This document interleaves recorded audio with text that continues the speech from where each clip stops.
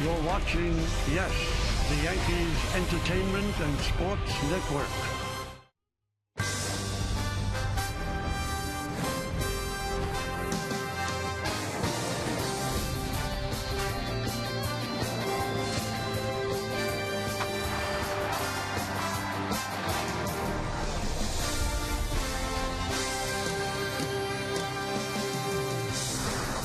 It is the hottest day of the year, and there are plenty of ways to cool off. That's one way.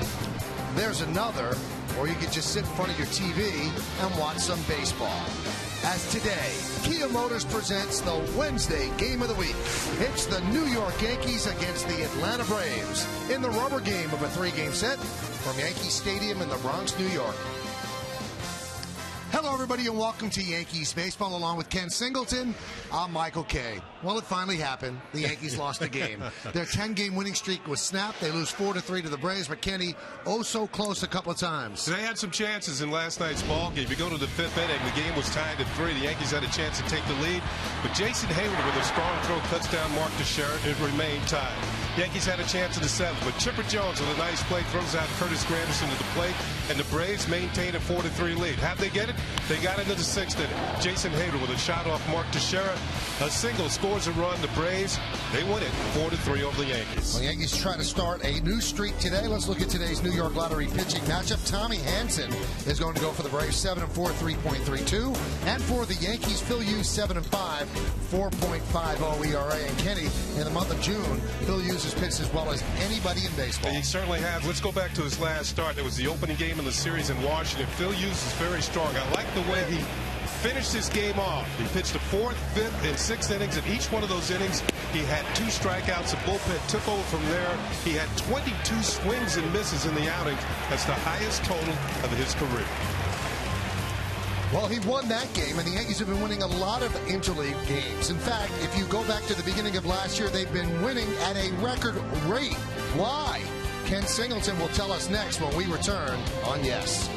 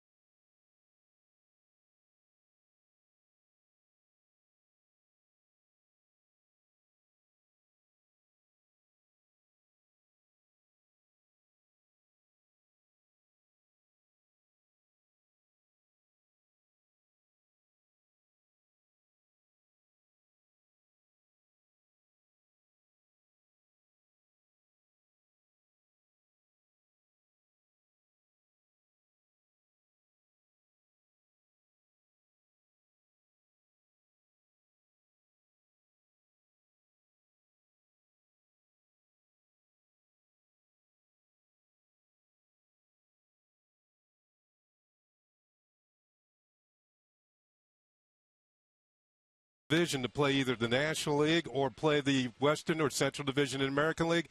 Most of the time they've been playing tough competition to begin with. So you step into these other leagues and you start playing against National League teams. I think the Yankees are battle-tested, and they are definitely better than these teams they've faced. They've faced the Red Sox, the Rays, the Orioles, and the Jays, those are some pretty tough ball clubs to deal with most of the time. So when they play the other teams, they're not quite as good as those teams. Also, a simple explanation by Girardi. We're a pretty good team. Usually around June we start to find it, so that could be it as well. Something as simple as that. But the Yankees have owned interleague play. So what do they do today? It's a matinee. Yankees and the Braves. Lineups, first pitch, baseball coming up next right here on Yes.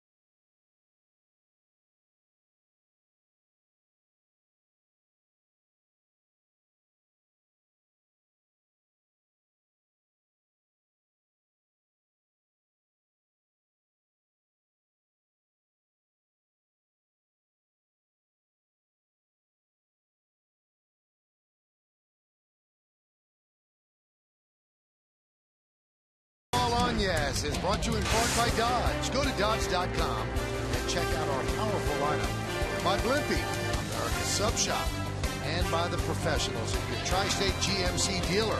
Why just go where you can go pro. Well, tonight is the first night of summer, so the heat is rolling into New York City, and the Yankees hope to get hot again after their 10-game winning streak was snapped yesterday. Let's take a look at the Braves lineup. Against Phil Hughes, Michael Bourne in center will lead off. Martin Prado on left, bat second. Batting third and DHing is Brian McCann. Dan Uggla, the second baseman, cleans up. The number 5 hitter, first baseman Freddie Freeman. Jason Hayward's in right field, about sixth. Batting seventh, the playing shortstop, Andrelton Simmons. Juan Francisco at third base will bat eighth. Batting ninth and catching, David Ross. Braves are 36 and 32. The Yankees 44 and 26. And let's do it here in the Bronx. First pitch is a strike, and we are underway.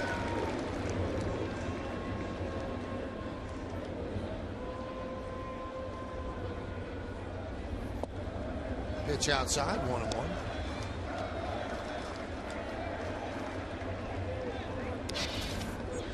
Bourne is up there. He's hitting 16 of his last 18 games. He's been a little warm. That one is looped into left field. It is a base hit.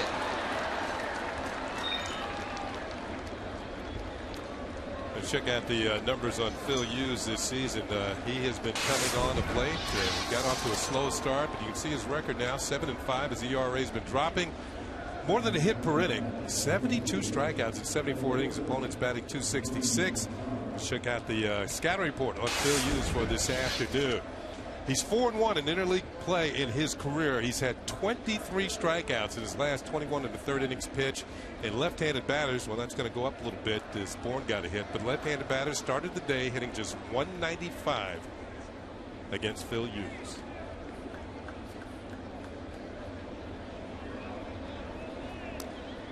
Chasing back Michael Bourne. And he wants to do some housekeeping.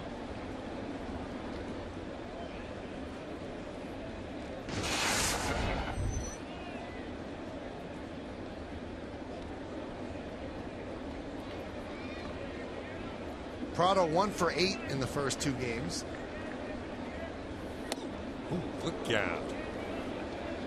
Little visitation rights right from the beginning. Target's low and away, but this pitch is going to miss the target. Fastball sailing up and in on Prado. Got his attention for sure.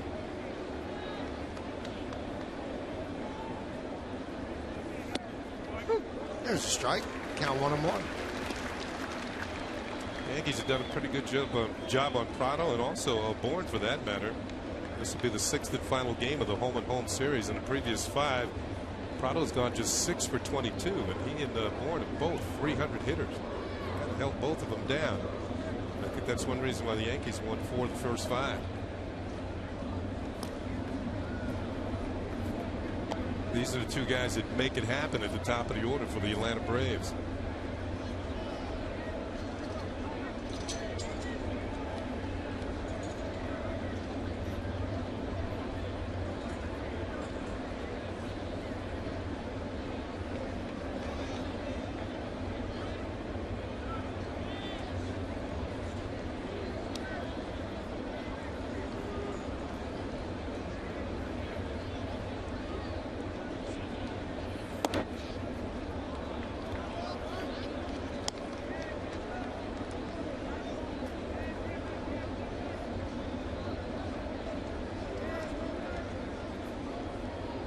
Mentioned in our open that Phil Hughes, say Michael, he had 22 swings and misses in his last outing in Washington. His fastball was really crackling. Curveball was sharp. You know what's strange, Kenny? He's already pitched 74 innings, and he's allowed 20 walks and 72 strikeouts. All of last year when he was shut down because he had a tired arm, 74 and 2/3 innings. So he's already reached that. 27 walks, and he only had 47 strikeouts. So there's much more life on his pitches this year. Breaking ball misses outside, and the count full. Well, you expect to have Bourne on the move here.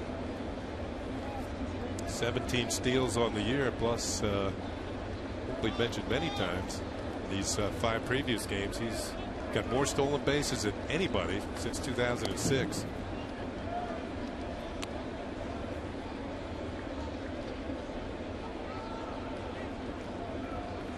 232 steals. Runner goes. Fly ball, left center, giving chase is Granderson. He'll get there. As Bourne heads back to first. Let's take a look at the Yankee defense that Joe Girardi's put out there. It's brought to you by your Mercedes-Benz Tri-State dealer. Ibanez, Granderson, and Swisher left to right in the outfield. Infield, it's A-Rod and Nix, and Derek Jeter's the DH today. Then Cano and Chavez, as Mark Teixeira was going to get the day off, but his heel is also sore after getting hit yesterday on that hard shot by Hayward. Behind the plate is Russell Martin. Pitch is high to Brian McCann. Why don't we take a look at the weather? Game time weather presented by Bigelow Tea. Not a cloud in the sky, but 94 degrees. Humidity is 44%. Not much wind. It's partly cloudy and hot. And summer begins at 7:09 p.m. So set the alarm and get up and put the air conditioner on. I think it arrived a little early. Now, you know what I found out in the last couple days? And if it's 90 degrees for 3 straight days, it's considered a heat wave. It can't be 2 days. So there's forecast for 90 tomorrow and 90 on Friday. So we're officially in a heat wave. First day of summer, it should begin. I guess. Look, people are 2 fans in 1 seat. How about that?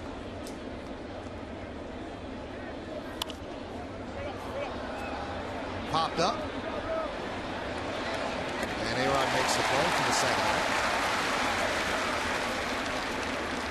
Shows you that Hughes is tough on lefties. He's got that ball in on McCann, who's a very good hitter. I think we pointed that out, that McCann's one of the better hitting catchers, if not the best hitting catcher going around these days.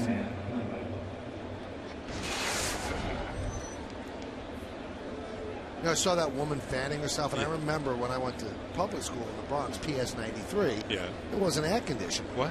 So in June, you'd be fanning yourself, and the teachers always said that just makes you hotter because you're expending energy. With that voice, yes. That just makes you hotter. So then we do it, and we melt away. Yeah, but you were learning all along. You wouldn't be where you are now if you weren't paying attention. I paid attention. Yeah, you did. Runner goes. What a jump. Oh, goodness. He started going, and Phil Hughes had not even delivered the ball. So a stolen base for Bourne. That's going to be his 18th and maybe his easiest stolen base of the year. There he goes. Not a chance for Russell Martin.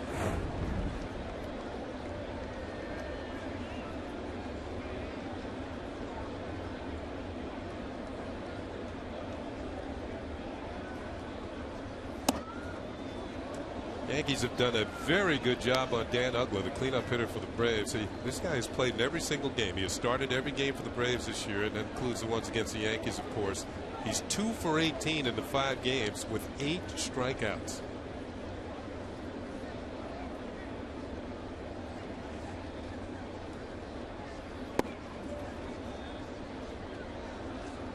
Two and one. Chipper Jones not in the lineup today, and the Yankees honored him before the game, presenting him with third base and a beautiful case presented by Derek Jeter and Chipper's former teammate Andrew Jones. Obviously he's available as a pinch hitter today, but not in the starting lineup.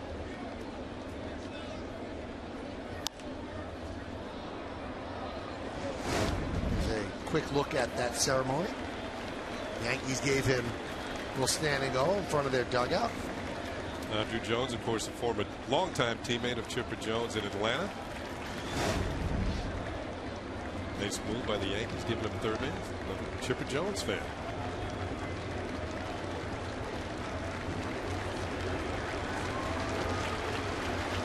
The 2-2 popped up.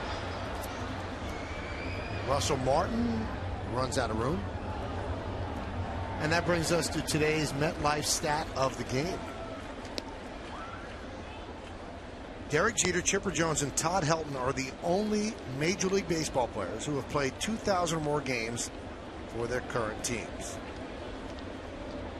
Helton with the Rockies. That's what you call staying power. Snoopy looks very cool there. Yeah. I didn't know he was a left-hander.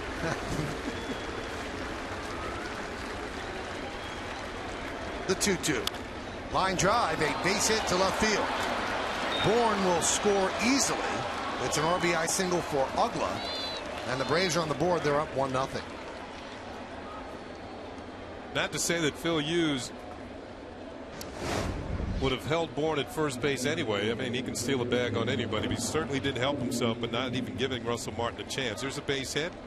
Uggla with only his 3rd hit in the 6 games, but this one's a run producer as Bourne scores the lead run of the ball game. They take the lead 1-0.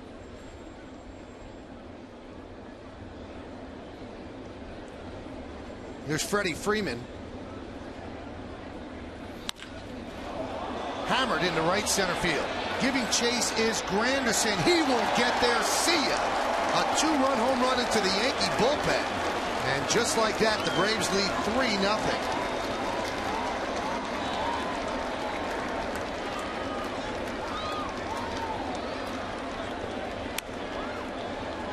Well, Freddie Freeman got off the bus today at Yankee Stadium looking for a fastball on the first pitch, and he gets it. Target is in, but this is going to leak towards the middle. Right down the middle, about the thigh high, and Freeman is ready for it.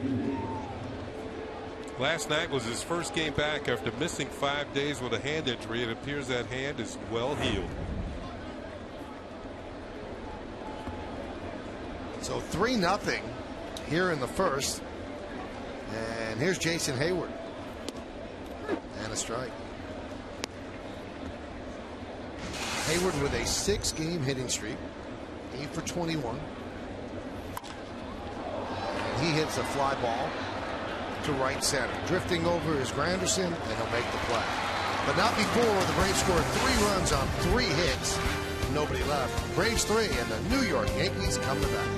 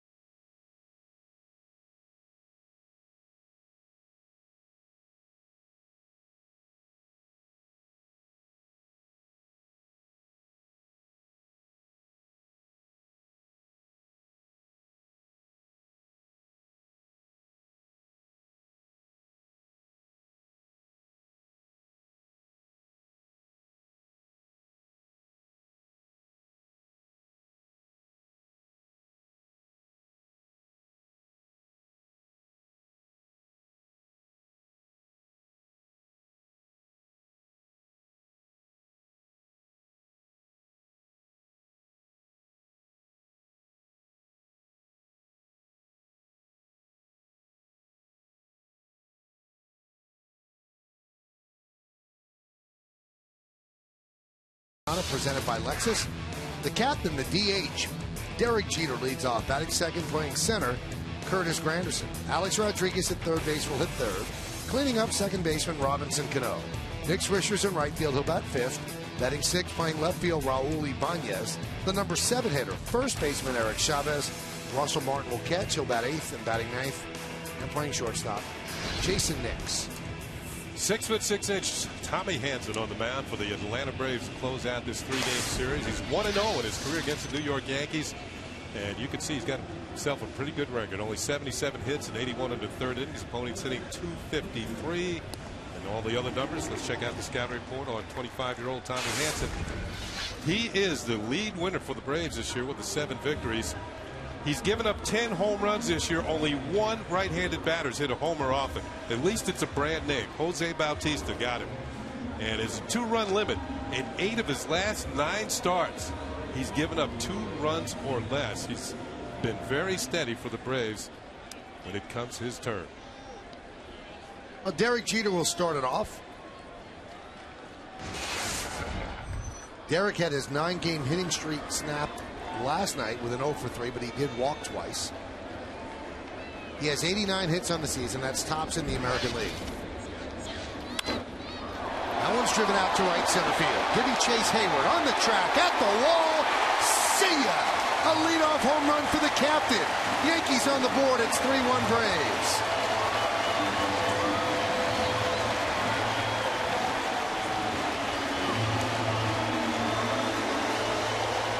Could Derek Jeter have been on the same bus that Freeman was? Looking for a fastball, first pitch, gets it. High fastball, gone to right center field. And Derek Jeter becomes the second right-handed hitter to hit a home run off Tommy Hanson, joining Jose Bautista.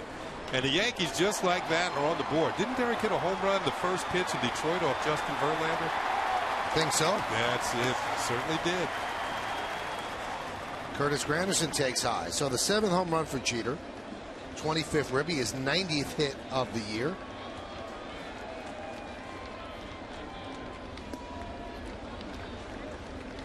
And the count 2-0. Sometimes that scares a pitcher out of the strike zone. A rude awakening.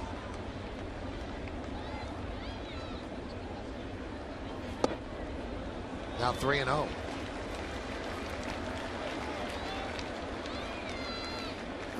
I can see what you mean, Michael. You know, pitchers warm up. They come out of the bullpen. They're all amped up. They think my stuff is good. I got the guess. Maybe the best stuff I've ever had. Oh, maybe I don't. Count 3-1.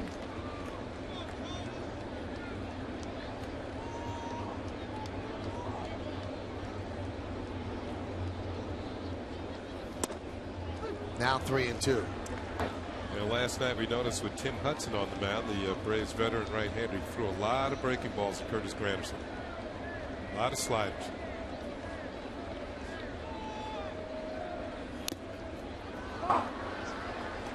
Ross could not hold on.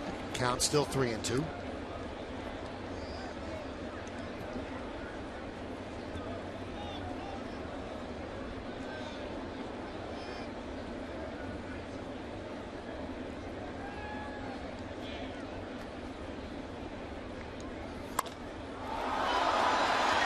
High fly ball, right center. Bourne back and makes the play. Boy, the ball is really traveling on a hot afternoon in the Bronx, as Granderson puts it away, or is put away by Bourne for the first out. I'll tell you, when he hit it, I didn't think it was going that far. Chases Bourne up against the wall and from the bullpen at deep right center field. I don't think Curtis quite got this one. And Bourne holding off Hayward with the hand, and makes the catch up against the plexiglass just in front of the bullpen. I think you're right, Mike. The ball is traveling today. Here's Alex Rodriguez. Count 1-0. Alex in a little bit of a slump. 2 hits in his last 19 at bats. Hitting .265.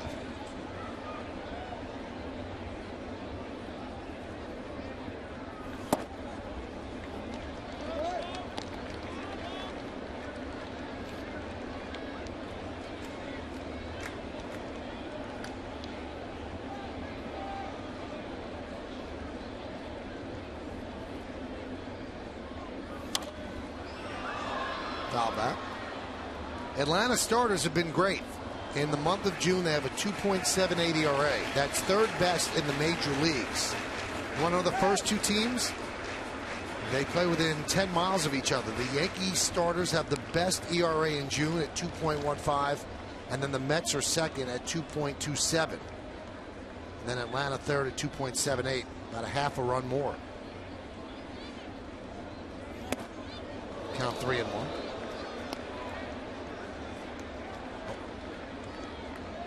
Follow the Yankees with the MLB.com @Bat12 app for your iPhone, iPad, Android, and Windows Mobile. Get live audio, pitch tracking, video highlights, and more. Text at BAT to 31826 or visit Yankees.com for details.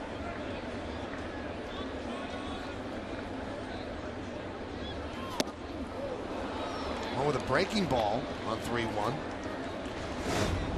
Hansen has a good variety of pitches. Fastball mid-90s. It's a good little slider right there. Also has a changeup.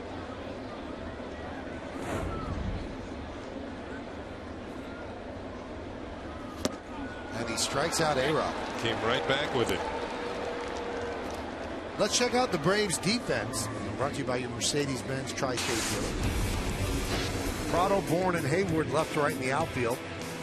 Juan Francisco, Simmons, Ugla, and Freeman third to first. David Ross behind the plate. Hansen is on the mound. And Hansen likes being on the mound against American League East opponents.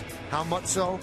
7 career starts against teams from the AL East, and he's 6-0 with a 1.22 ERA. Staggering numbers. Cano shows bunt, takes a strike. Braves have done a pretty good job against Cano in the 5 games. It's just 3 for 16 against Atlanta.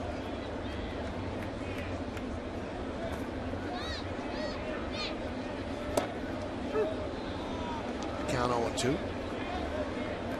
Once again, he doubles up on a breaking pitch.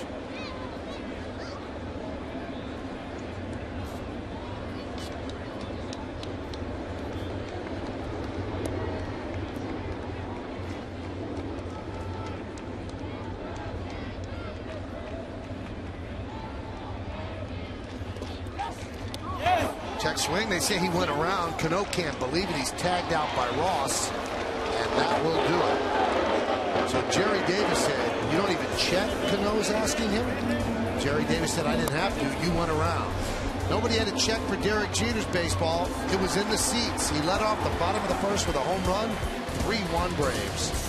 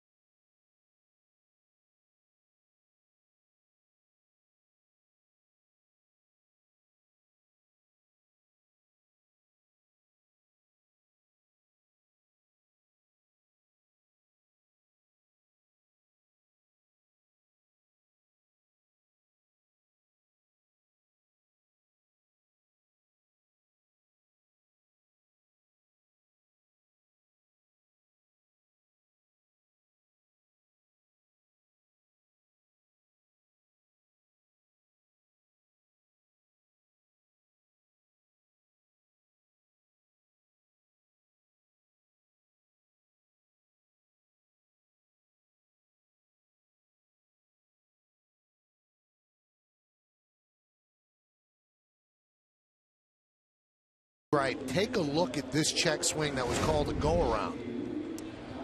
Here's the pitch, and it's going to be a breaking ball to the dirt. That's a pitch that pitchers like to throw to lefties down and in, try and make them commit. Cano did not, and still was called out. And there's a reaction from manager Joe Girardi. And Kevin Long, of course, the hitting coach.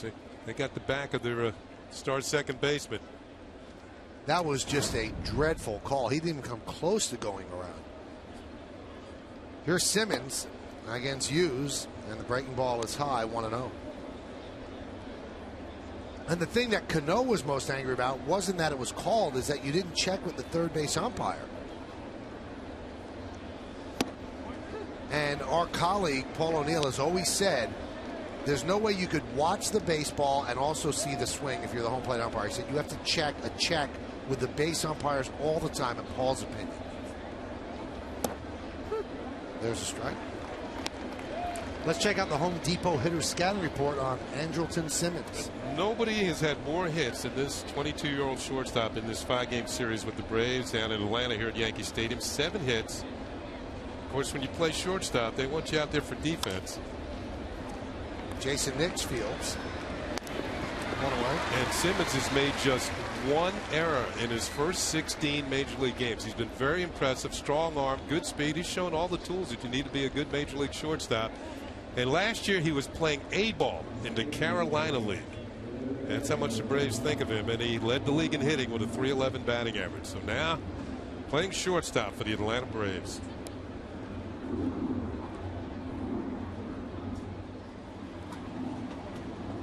There's Juan Francisco getting the start at third base as Chipper gets the day off.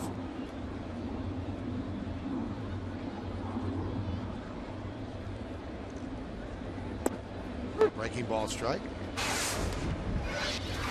This is Francisco's 22nd start at third base. Been a pretty good pinch hitter for Atlanta, too. Fastball misses inside, 1-1.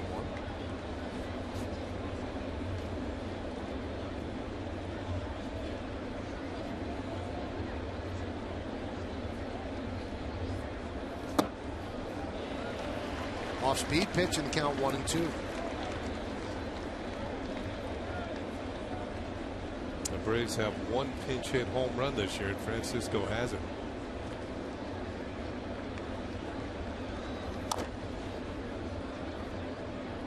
Still 1-2.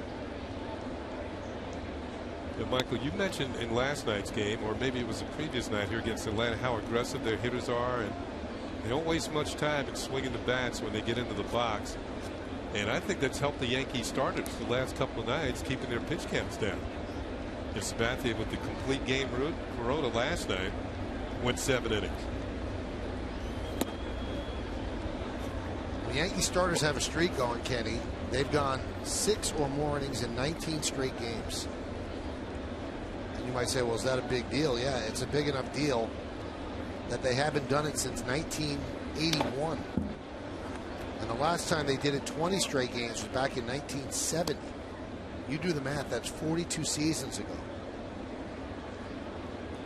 CeCe won a complete game. 42 years ago? 1970? 1970. Goodness. Going by fast, isn't it? No, tell me about it. Strike 3. Francisco down looking. Hughes picks up his first strikeout. Steady diet of breaking balls until this last one. Fastball, boom, inside corner. Francisco caught looking.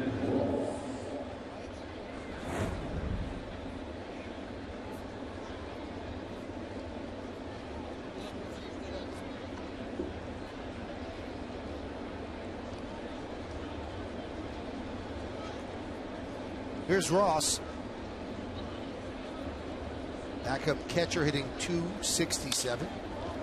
Lines that one to right field. Swisher is there, and that'll do it as the Braves go down 1-2-3. We go to the bottom of the second inning. It'll be Swisher, Ibanez, and Chavez against Hanson.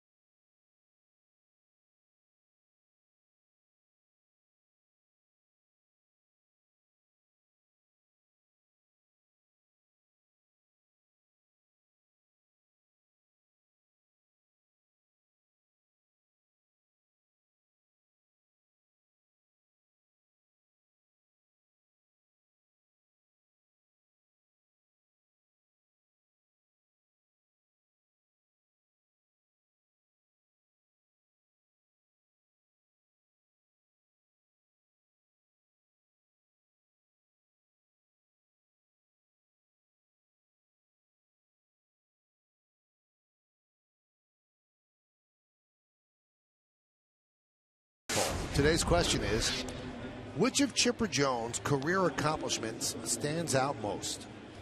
Your choices are, is it 1, 7-time All-Star? Number 2, 1999 National League Most Valuable Player. Number 3, 2008 National League batting title. Or number 4, 459 home runs. You could text your vote to 42951, and standard text messaging rates certainly apply. Where are you going to go, Michael?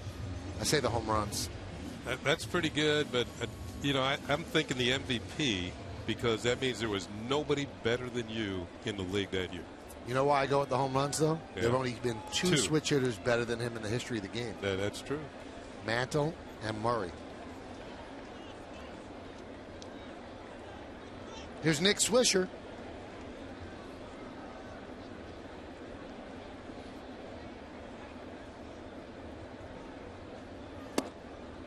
There's a strike. Nick's had a good month of June. 17 for 49, 347 with 2 home runs. Overall, 267. Nick leads the Yankees in runs batted in with 42.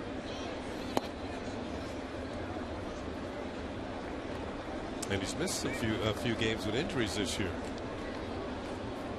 Last 5 games, 9 for 17.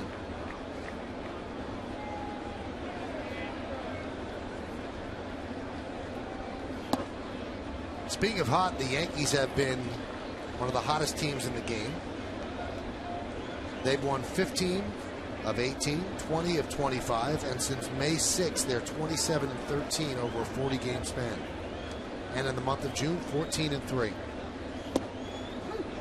2-2. Hot, hot, hot. Just like the Bombers.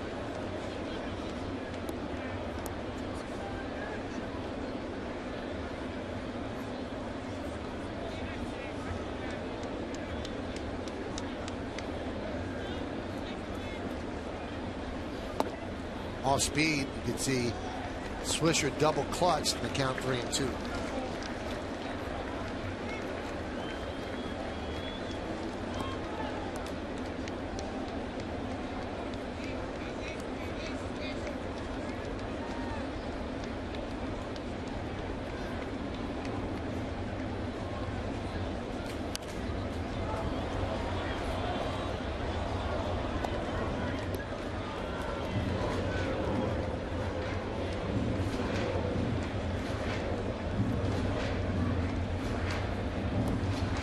Yankees come into the game in first place, 2.5 ahead of the Orioles, who have lost the first 2 games of their series to the Mets.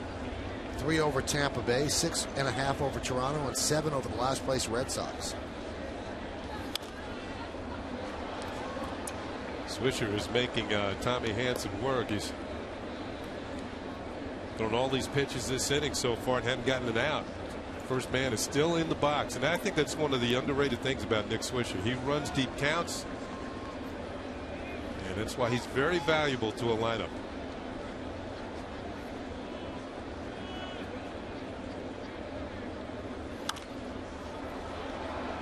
And he keeps battling. As recently as May 21st, so today is June 20th. About a month. It's 30 days. Yeah. Yankees were 21-21, and they were 5.5 games out of first place, and they are 20-5 since that date. He's keeping cool.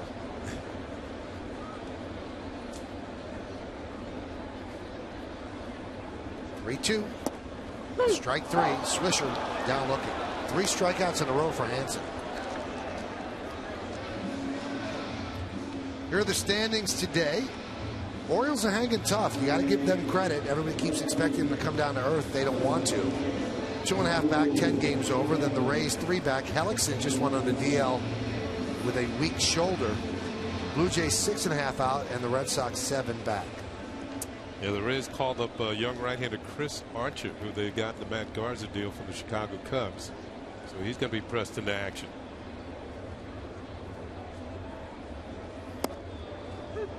Ibanez takes a strike.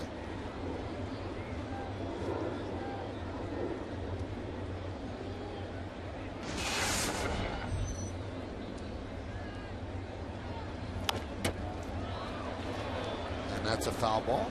Catch by the ball boy. Now, one of the things about Nick Swisher's at bat, despite the fact that he was called out on strikes, Hansen stayed with him pitch for pitch. Nick made him work, and sometimes I talked about the subtleties. There's a residual effect on the pitcher for the remaining hitters in that inning, and sometimes one guy can wear you out. Doesn't always happen that way, but it can.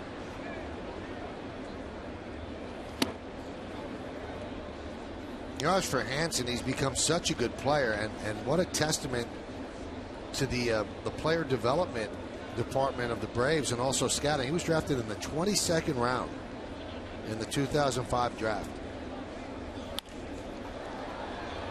High fly ball. Hayward makes the play.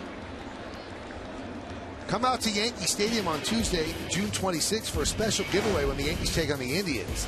The first 18,000 guests in attendance will receive a Yankees t-shirt courtesy of Supercuts. For tickets, log on to Yankees.com, visit the stadium ticket window, Yankees clubhouse shops, or call Ticketmaster at 877-469-9849. Here's Eric Chavez.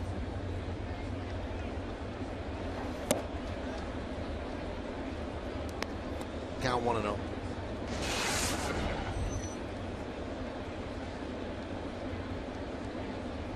(3-1) Braves lead.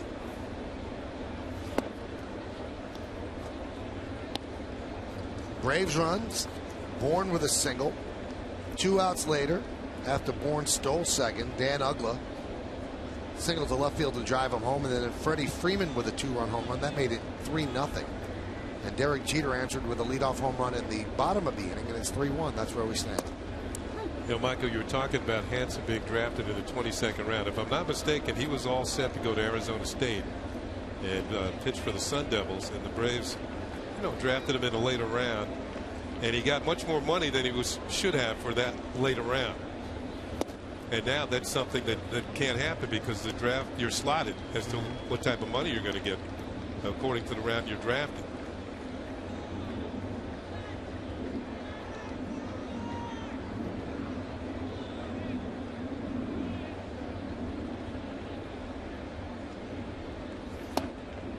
And there's a walk.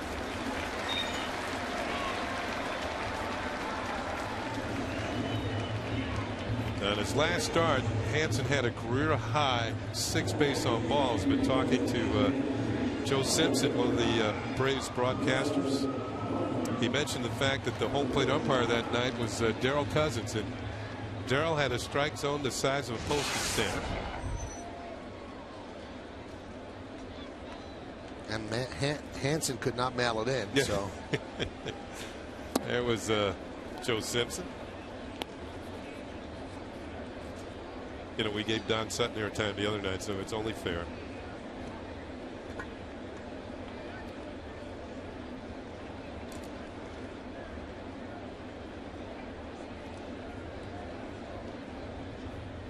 The 0-1 to Martin.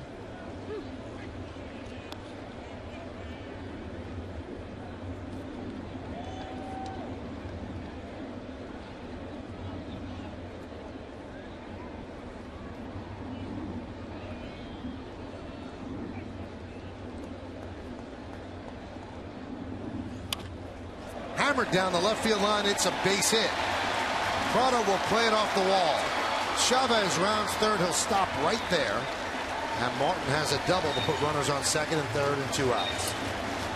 Russell Martin jumped on a high, looked like a high curveball. Yes, this one just hung right up here for him to get to, and he hammers it into the corner. You got to give Martin Prado some props out there in left field. Watch him play the carom. He's right there, gets it back in quickly. That ball bounces around a little bit more. Chavez might have a chance to score from first base. Here it is on Yesmo. Hanging curve, follow through, and Russell Martin has himself a double. But I give props to Martin Prado, who held Chavez at third, making a good play on the carom in left field. Sometimes in a visiting ballpark, you don't know how the ball is going to bounce around in enemy turf. Big at bat now for Jason Nix. He could tie this game up. And he swings at the first pitch and pops it up. Freeman will make the play, and that will do it.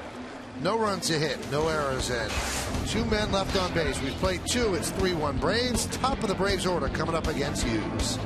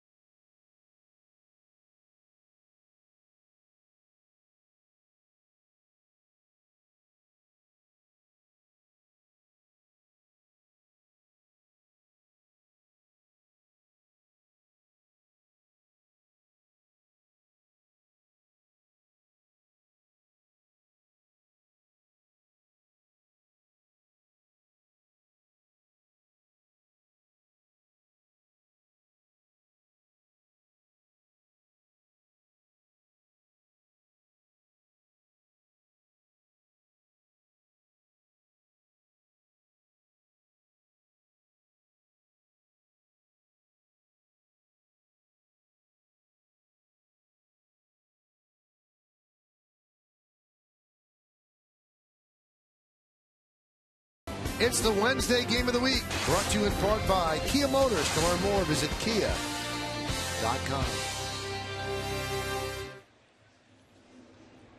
Wednesday matinee here at the stadium. The gentleman drinking the water is Mike Moore. And he is the brother of our director, John Moore, celebrating his birthday, his 53rd birthday. There with his wife, Leslie. And he said, I'm out of here. On camera, I'm out. Lincoln scoreboard, Braves lead 3-1.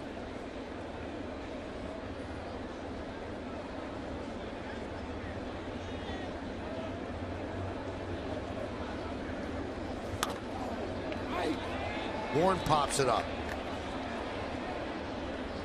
And Ibanez makes the play. They don't waste any time. 1 pitch, 1 out. There's one way to stay cool on a hot afternoon.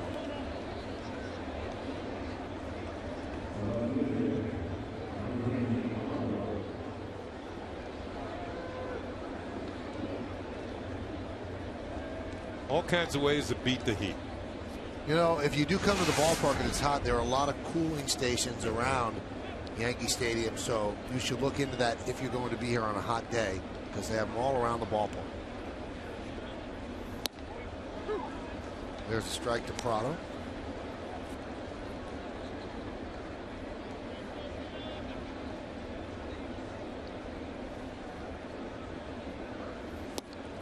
Yankees have tomorrow off, and then they begin a 3-game set at Citi Field against the Mets, Friday night, Saturday night, and Sunday night. It's Andy Pettit's turn on Friday.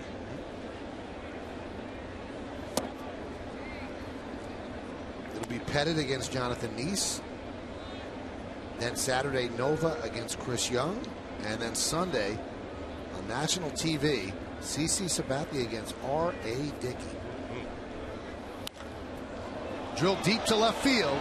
That ball is gone. See ya. Home run for Prado. Second home run allowed by Hughes. And it's 4-1 Atlanta.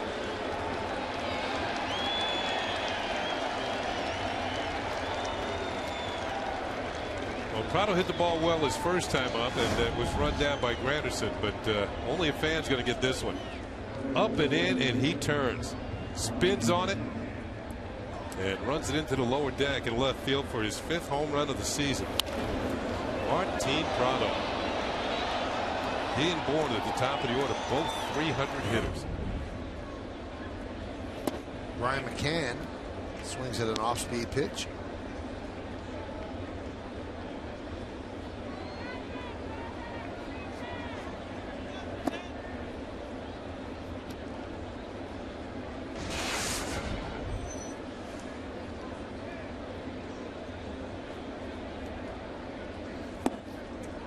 Hughes in his last start in Washington did not give up a home run. That broke his string. That's the only game this year he hadn't given up a homer. Well, the Braves have doubled up on him here this afternoon. And you might ask, why does he give up so many home runs? He's a fastball pitcher, high fastball, a lot of fly balls. So far, there's only been one ground ball out. And that was Simmons' ground ball to Nix. Breaking ball, strike 3. McCann down looking.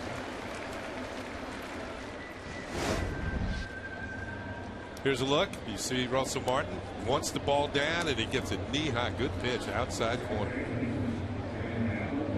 McCann. Is it window shopping? Yeah, I'd say that.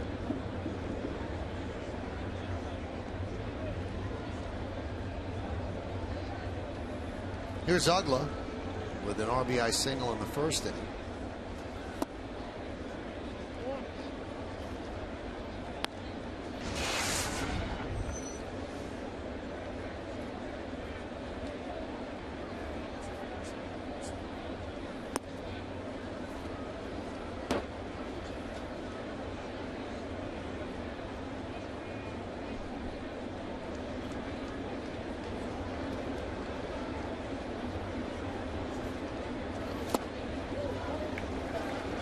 Two and one, 92-mile-an-hour fastball.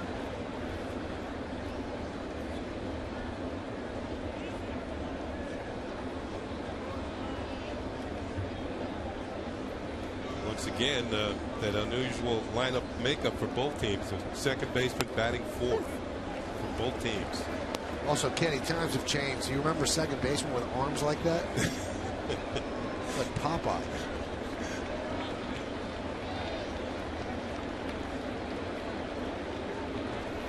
Swing, a foul tip held on to by Martin, and that will do it. But another run for the Braves on the Prado home run. We go to the bottom of the third inning, and it'll be the top of the Yankee order starting at the Capitol.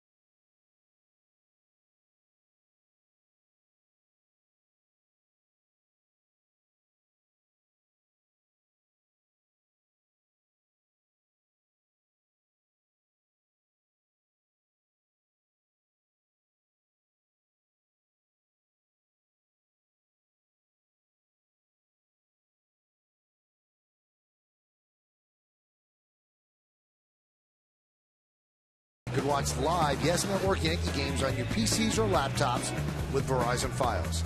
Get a full season of live Yankees games on the go for just $39.99. If you're a Verizon Fios TV customer with Fios Internet, go to yesnetwork.com to get more information and subscribe now. Well, Phil Hughes has given up 4 runs in 3 innings. On the Lincoln scoreboard, it's 4-1 Atlanta.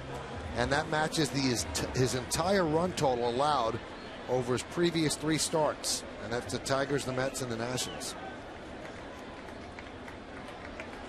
So the Yankees have some catching up to do as Derek Jeter will dig in. He homered off Hansen, leading off the first. Pitch is high, 1-0.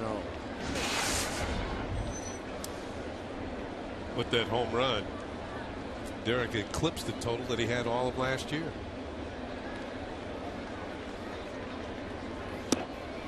Derek has a .369 average this year with 4 home runs when leading off the game.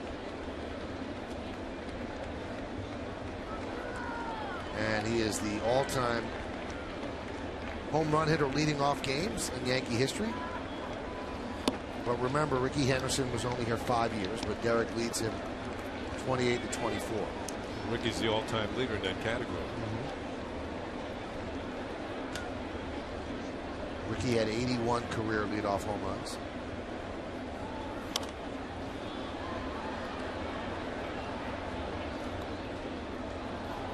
You know, sometimes pitchers come out of the bullpen facing that first guy in the game. Just say, here it is. Let me get this first pitch over, get off to a nice start. And before you know it, here's a base hit somewhere. And they're pitching from the stretch.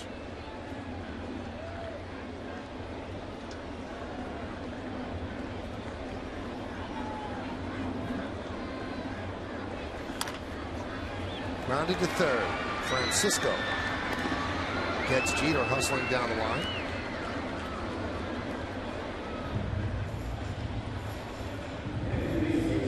Jeter's running very, very well this year. It's close play at first base. Slow rolling. Francisco gets it there about with step to spare. Some of his teammates might want to take a lesson from Derek because some of them jogged down to first. Some really good players like Robinson Cano, and the other day Andrew Jones struck out, didn't run to first base. When the ball got away from the catcher, yeah.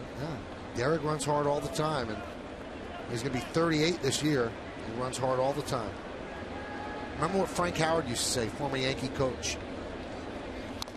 He would talk to the players when they'd come into the dugout in spring training. He said, gentlemen, it's really not a tough way to make a living running 90 feet hard 4 times a day.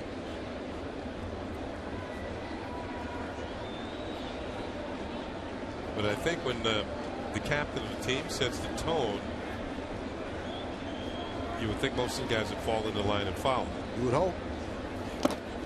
Another breaking ball to Curtis Granderson. A lot of curveballs and sliders to Granderson this series.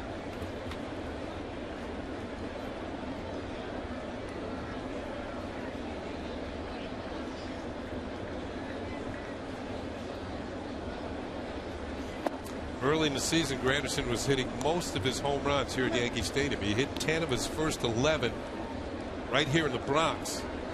But lately, only 2 of his last 10 home runs have come in the Bronx. That's a product of the Yankees being on the road a little bit more. But he's starting to find a range in the gray uniform.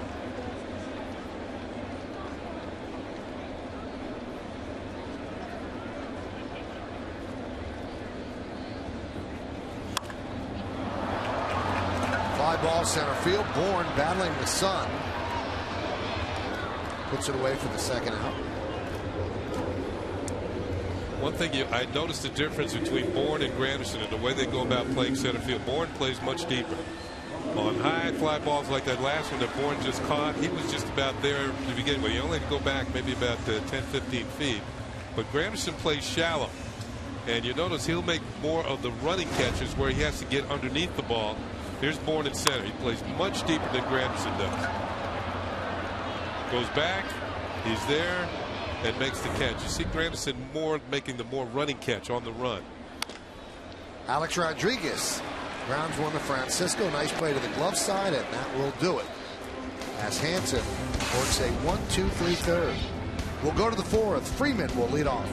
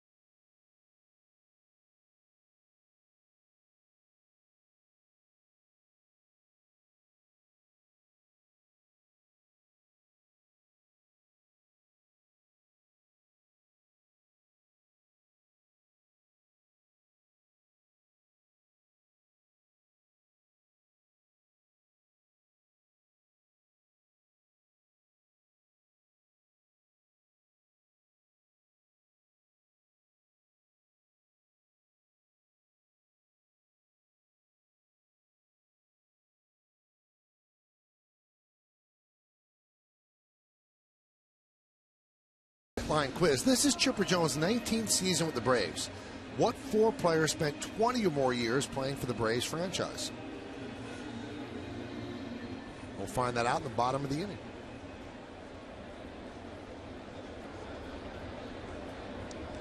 (4-1) Braves lead the Yankees. A rubber game at the 3-game set. Yankees won all 3 games against the Braves in Atlanta last week. Braves seeking revenge as Freeman grounds it foul. Freeman drew a walk in last night's game.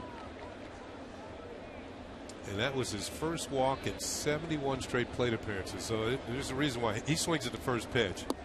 And he hit a home run on the fastball, and Phil Hughes started him off with a breaking ball this time.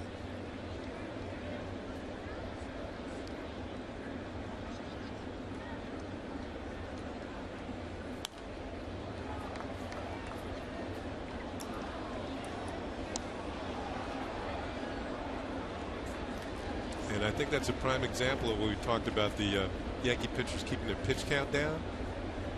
Because you go to the Yankee first baseman, Mark Teixeira is usually in there, not today. He always takes the first pitch. Yep. And the team as a whole working the count.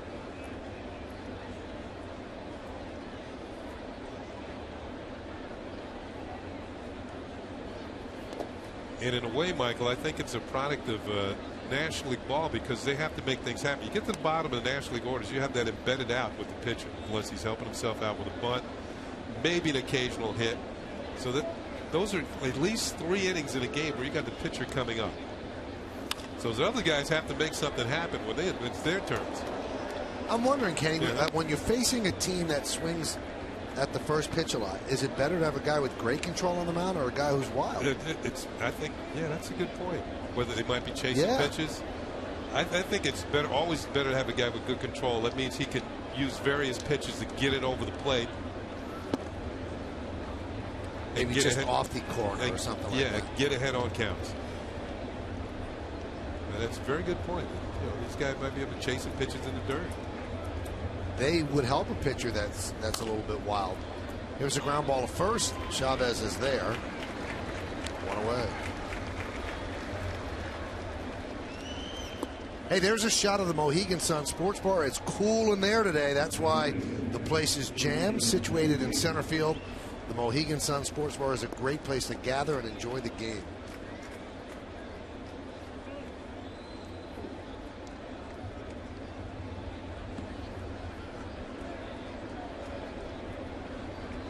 Here's Jason Hayward. And they jump on the first pitch. And it's a hard thing to dictate otherwise. That's how they got to the big leagues. Yeah. So you all of a sudden going to rein back their aggressiveness. Yeah, but some organizations, we know the Oakland A's for one, they promote players according to their on-base percentage more often than not. Which means you're going to be taking pitches. Different organizations, different way of thinking.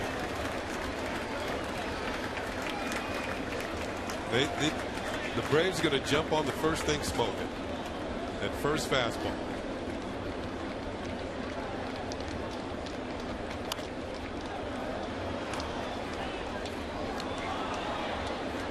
Braves, like the Yankees, have an off day tomorrow, and then they go to play the Red Sox. They go to Boston for the weekend. It's still odd to me why the Yankees are playing the Braves 6 times in interleague play. It doesn't make sense. It's not a natural rivalry. You could have them play another team. And here's a stat that jumped out at me. I don't know if you saw this. There's been interleague play since 1997. So this is the 16th year of interleague play. And there's one National League team, one, that has never made a trip to Yankee Stadium, old or new.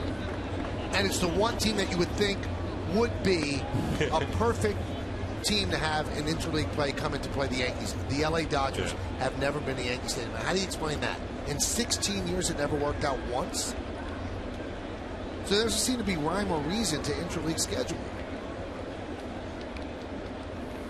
Maybe they feel that New York has had enough of the Dodgers back in the 50s when they seen them meet every year in the World Series.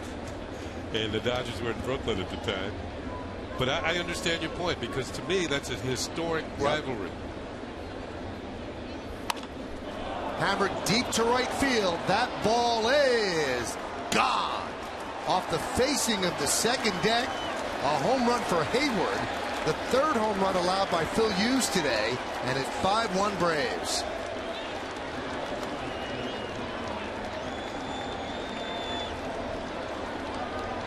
Hayward swung at most of the pitches of that at bat, and he finally got something he could handle. He hung tough once he got 2 strikes, fouled off a few breaking balls, and then gets a fastball, targets up, but just a hair towards the middle of the plate, and he was ready. Quick hands. He snatched that one down the line, and that's his 9th home run of the year. He's had a good series. And extends his hitting streak to 7 straight. And there it is, just inside the pole. Right on the Lays sign. Back out onto the field. And what did Simmons do? Swung at the first pitch. Yep.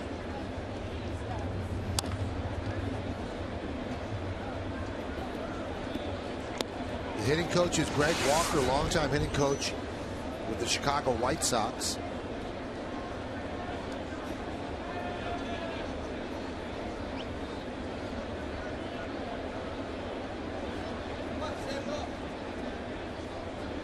Walker played for the Chicago White Sox too.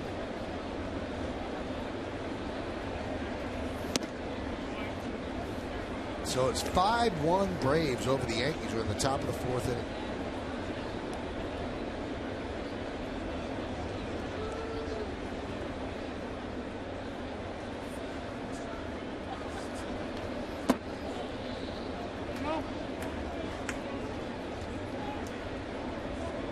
Count 2-2. I talked earlier about how impressed I've been with Simmons. He's 22 years old, and one thing, he's got a very quick swing. Short, compact stroke, and he was able to hold up there. And Phil Hughes just showed some frustration looking at the first base umpire, Phil Cuzzy, as if to say, come on, that was the strike.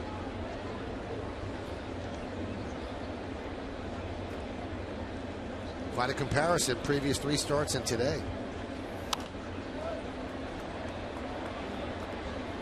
Now, speaking of Simmons, he made his debut on June 2nd. And since then, he leads the Braves with 7 multi-hit games.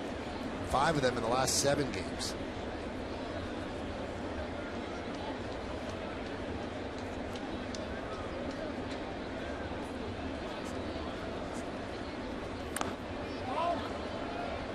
And while that's impressive, I think also the number that he's made just 1 error since being called up. You know, usually, the young players come up to big leagues and start feeling the pressure, trying to rush plays, but it seems like he's got a nice, easy manner about him. We told you he only made 4 errors in 253 chances in the minors this year, so maybe that's what the Braves were looking at that as well when they called him up. I think that was the key, Kenny, because Pasternicki really struggled defensively at short.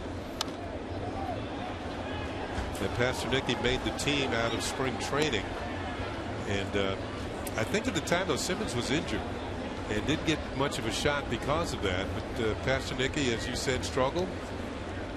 Simmons got off to a decent start down at AAA, and Double-A, and got the call to the big leagues. You can see hit 339. Strike 3. Simmons now looking. 4th strikeout for Hughes. While Hughes is getting a lot of swings and misses in his last start, he's had 4 strikeouts today, 3 of them on call 3rd strikes. That was a well spotted fastball.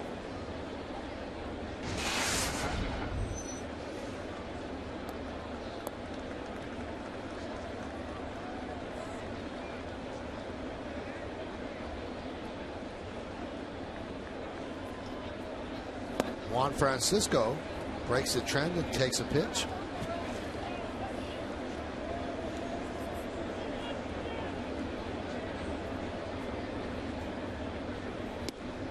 Breaking ball strike, 1-1.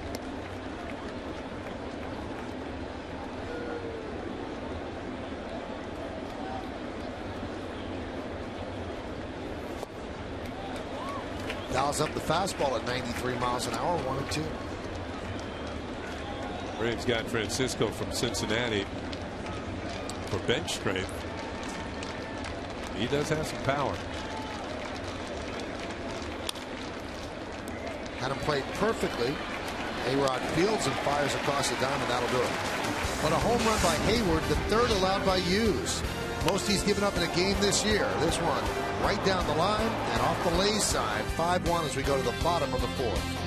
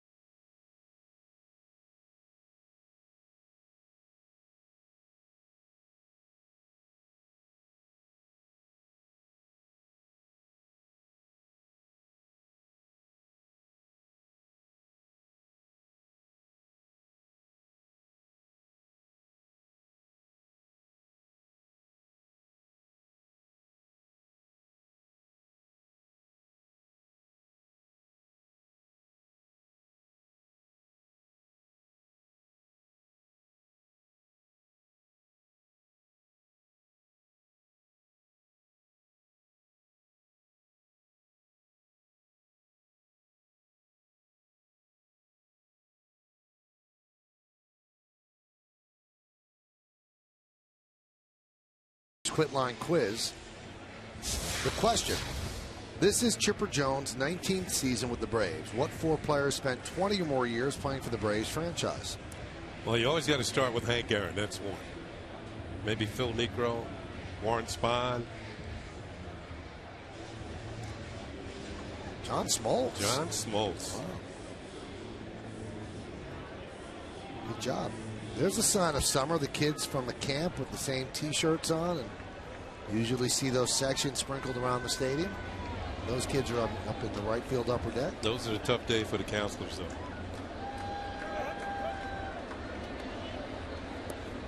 Got to count all those kids. Yep. 5-1 Braves lead as Robinson Cano will lead off. Cano struck out in the first inning. Really didn't strike out like he checked his swing, but the home plate umpire Jerry Davis said you went around. I remember years ago my dad took me and 12 of my friends to see a ball game. He was nervous that he was going to lose one of us. We took the bus and the subway. We went to the Polo Grounds to see the Mets play the San Francisco Giants. First year of the Mets. Got to be nervous. That's precious cargo. That's somebody's children. He was relieved when that day was over. It was my birthday. That was cool.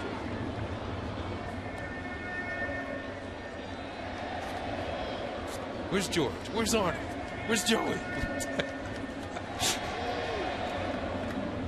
Where's little Mikey? And he did it himself? It was just him? It was just him. It was 12 or 13. I can't recall, but there's a whole bunch of us. Right in on the hands, popped up. And you could hear, I guess it was the catcher shouting out Freddie. So Freeman made the play.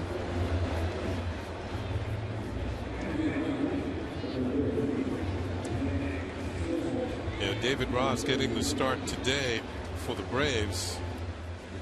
Of course, most of the time it's McCann.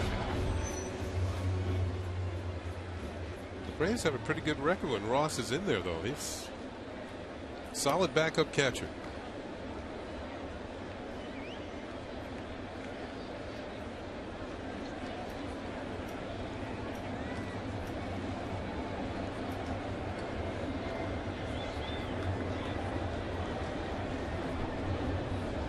Great stat on the board. I wonder how many players have done this. In his career, it says Nick has batted in every spot in the lineup, and he's homered from all 9 spots.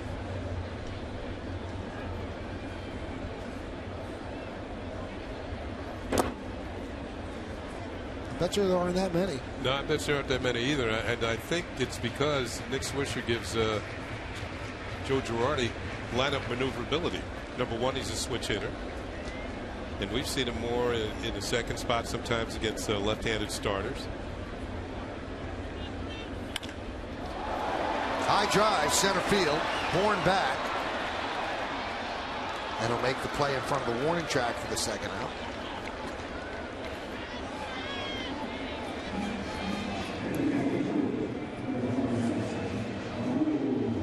Wrong part of the ballpark. That ball was hit well enough to be a home run to right, but certainly not the deep center. And I think sometimes pitchers will tell you they pitch to the big part of the ballpark, keeping the ball out over the plate.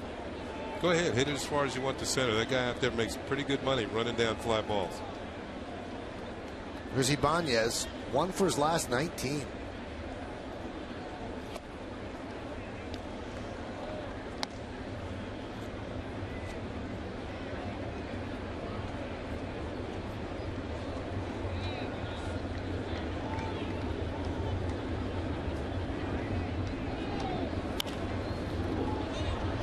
Fly ball left field. Martin Prado will make the play for the final out of a 1-2-3 inning. 7 of the Yankees retired straight by Hanson. We'll go to the 5th, and David Ross will lead it off.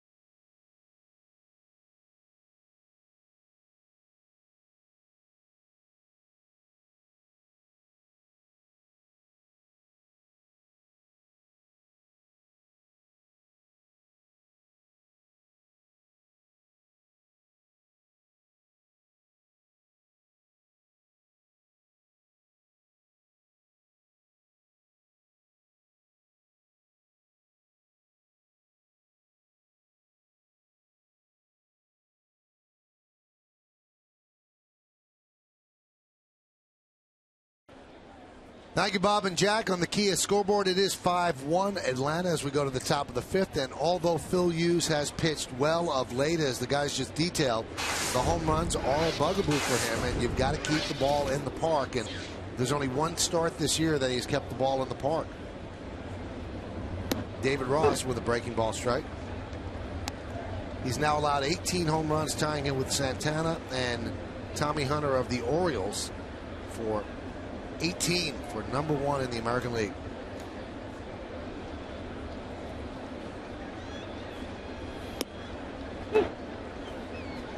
Count 0-2. Yeah, with Ross leading off, I told you the Braves had a pretty good record when he starts. And you go back to last year, when David Ross started the ball game, he doesn't start all that often. The Braves are 28-14. High fly ball, deep left. Ibanez back, track, wall, see ya. Another home run for the Braves, and it's 6-1 Atlanta.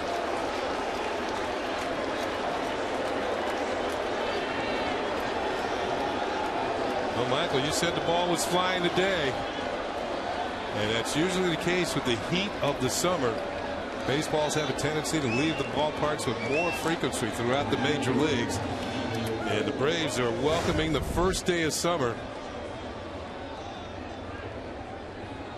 Going deep for the 4th time this afternoon. That looked like a hanging hook. Ibanez running out of room in left center field. And you also saw how much he missed the target by. Almost a full width of the plate.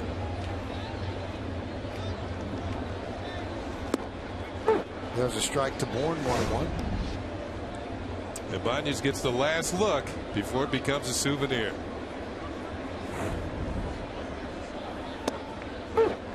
Breaking ball, 1-2.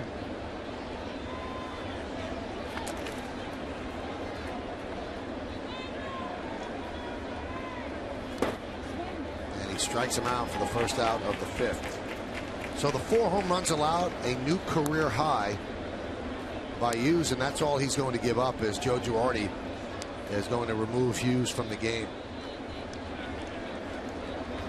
Hey, it's hard to be upset with him when he's pitched so well of late. 6-1 in his last 8 starts, and the Yankee starters have been so great. So they finally get a clunker here in the Bronx on a Wednesday matinee, as Girardi will signal to the bullpen Hughes' day is over. Braves lead 6-1. Yankees have some catching up to do.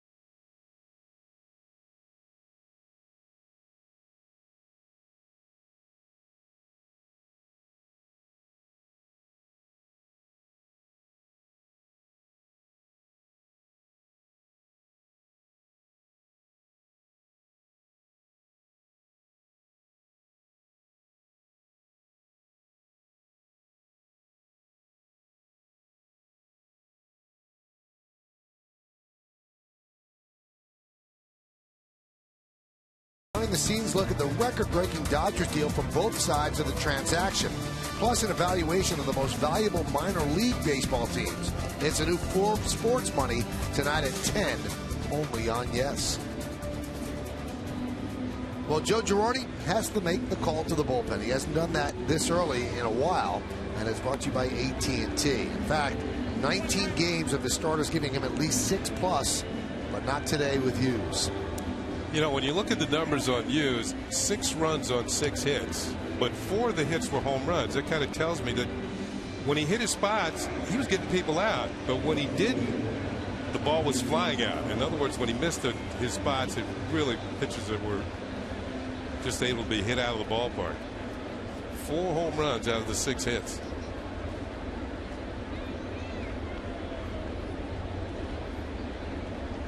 I mean, he did have 5 strikeouts.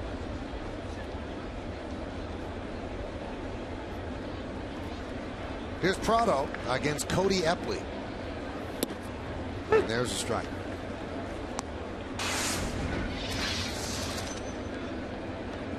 Epley's done a nice job for the Yanks. This is his 20th game.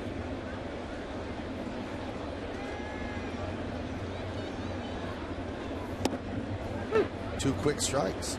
Sinker and a very sharp slider, and plus the fact the way he delivers the ball can make it difficult for right-handed hitters. Let's see what Prado's done today. Solo home run. That was his 5th of the year.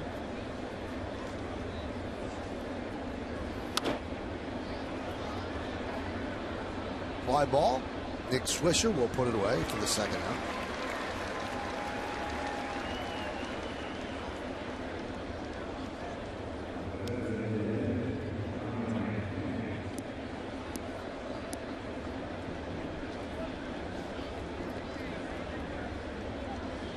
This season, the bullpen has the second best ERA in the American League, fifth best batting average against, and they strike out almost 9 per 9 innings. And that is also fifth. The Orioles are first in ERA.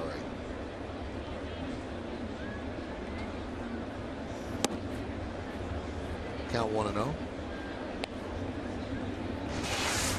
McCann is 0 for 2 as the Braves DH. In interleague play this year, the Braves DHs have gone 1 for 16.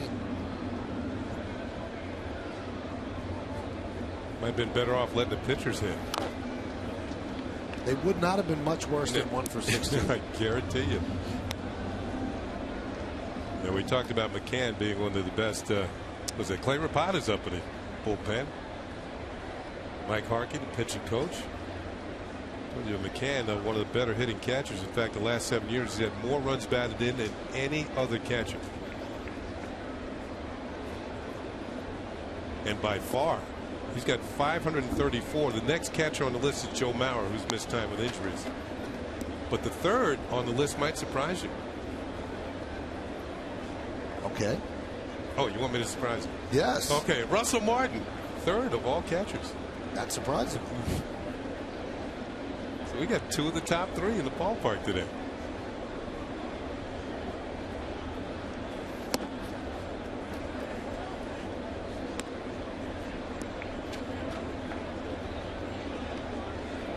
And Minnesota has a 7:05 start in Pittsburgh, so Joe Mauer's probably watching the game in the clubhouse, so everybody's involved.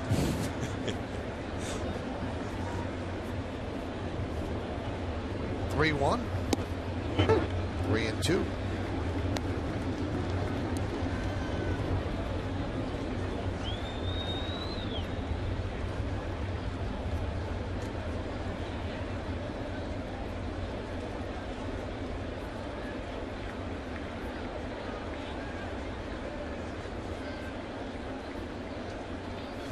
And he struck him out off speed. Good job by Epley. But another run on a home run by Ross. We're halfway through. Leading off for the Yankees will be Eric Chavez.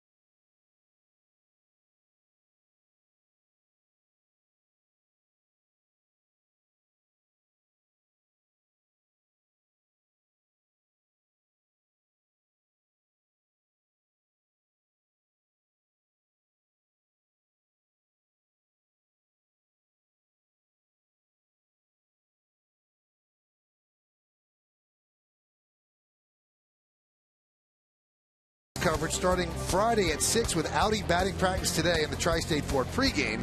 Then after the final out on My 9, turn back to Yes for Tri-State Ford extra innings. Plus Saturday and Sunday, come back after the nationally broadcast Yankees-Mets games for complete post-game coverage with Tri-State Ford extra innings only on Yes. Those are the matchups. Pettit and Nice on Friday, Nova and Young on Saturday, and Sabathia and R.A. Dickey on Sunday night. That R.A. Dickey, back-to-back one-hitters. Amazing story. Yeah. What, it had been 24 years or something like that since Dave Steve? Mm-hmm. And I think, if I'm not mistaken, Steve lost his no-hitters in each of those games with the last hitter. Had a perfect game against the Yankees and was broken up by Roberto Kelly, who became even more famous when he was traded for Paul O'Neill. And Fisher DeBerry. There was another player in that deal.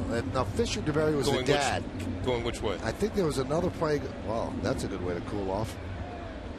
Fisher DeBerry was the football coach. His son was involved in that deal, I think, coming back to the Yankees. We'll look it up. We've got computers all over the place.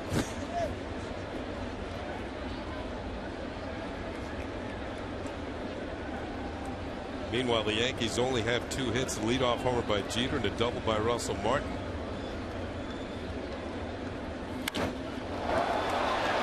High drive, deep center, born back, track, wall, see ya! Home run for Chavez. Atlanta 6, Yankees 2. The 6th home run of the game. 4 for the Braves, 2 for the Yankees. Meanwhile, the Yankees only have 3 hits. A home run by Jeter, to double by Martin, and now the home run by Chavez, almost straight away center field. Well, we've seen the outfielders going back to the walls today. This one straight away center. Bourne's going to run out of real estate. A long way away from home plate.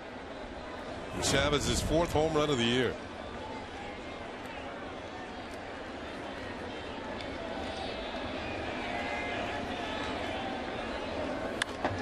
Martin fouls it away. Here's another look. Hit right there. Extension of the arms. Good salve coming off the bat. And here comes Monument Park.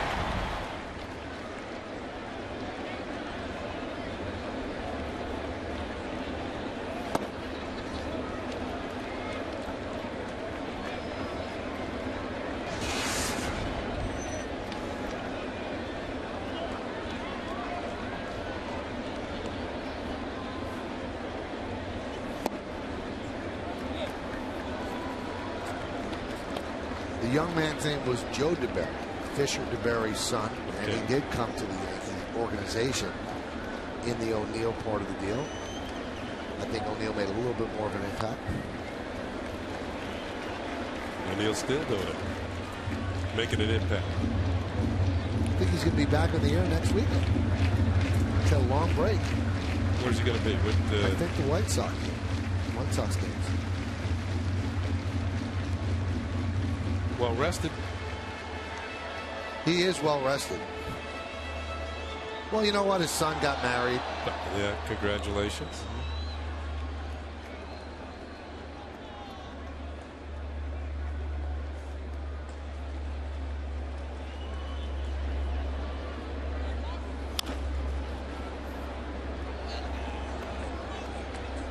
Well, last time up, Russell Martin got a hold of a hanging curveball and roped it into the corner in left field.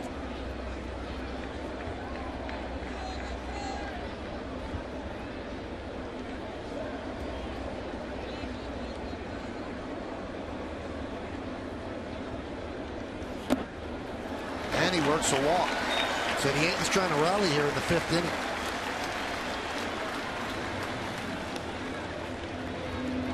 Hanson's actually done his best pitching away from Atlanta this year. At just 2-2 at home with an elevated ERA 4.59, but on the road working to a 2.44 and a 5-2 record. Roger McDowell come out and try to settle down Hanson.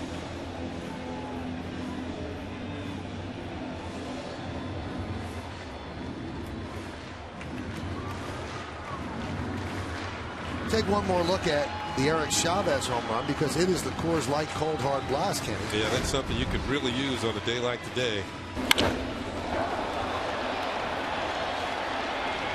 Man, either the cold hard blast or a home run to center field.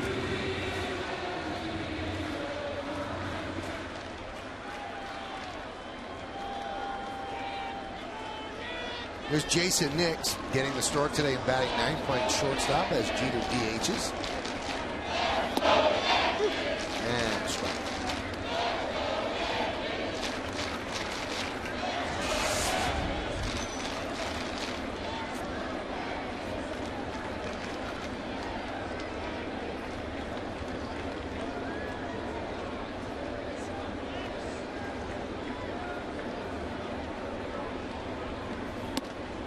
Count 1-1.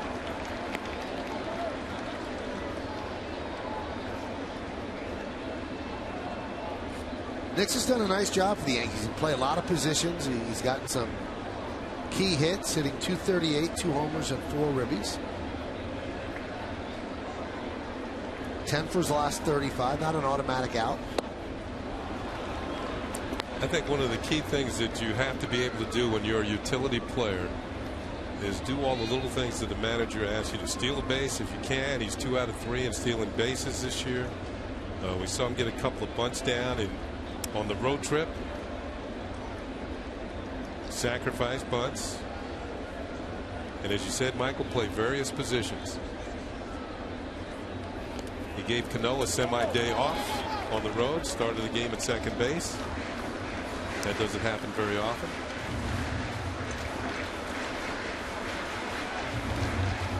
They were talking to Cano the next day there in the dugout about getting the day off. Cano said, what day off? 2 hours. I was in the game. He went in for defense later on and got a base hit.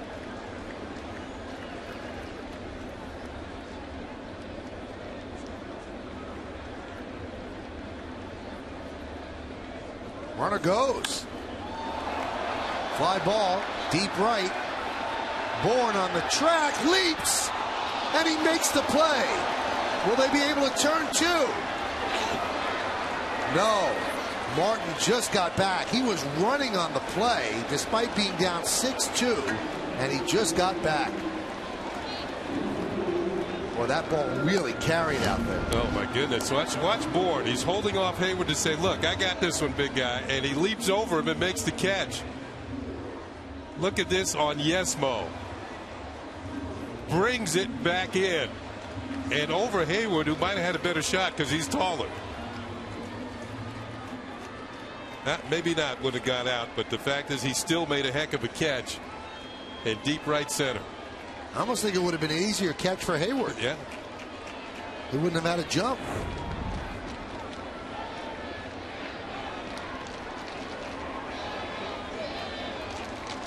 If you're an outfielder today, it might be easier to just stand up against the wall and come in. That's right.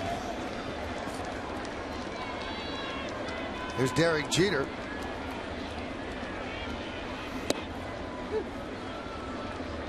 Take one more look with the Super Shot, brought to you by Fujifilm Long Zoom digital cameras. Watch him up. You got to get up to get down, and he made the play.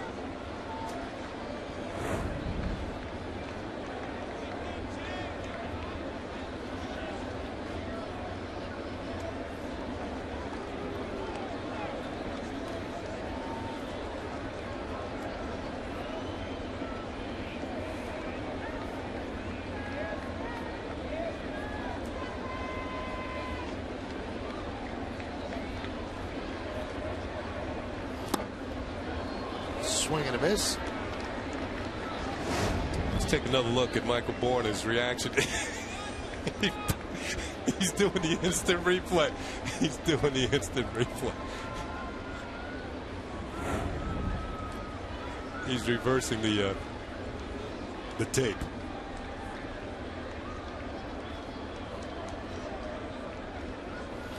Jeter swings and misses. Same pitch. 2 outs.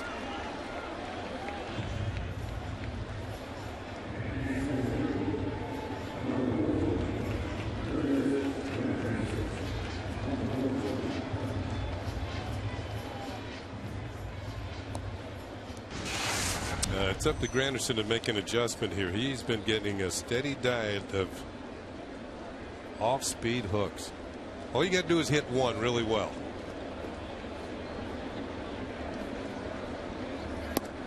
And a strike. Then they change things up and throw you a fastball.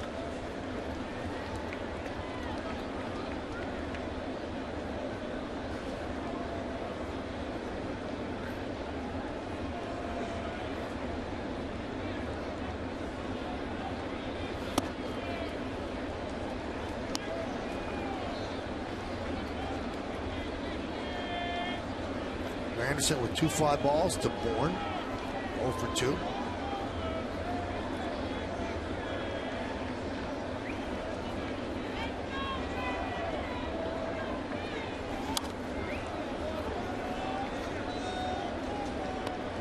Now he fouled it off, but he did have a better swing at that one. So if you're Tommy Hanson, you kind of file that away. Maybe you start to make the adjustment here, and then you go accordingly.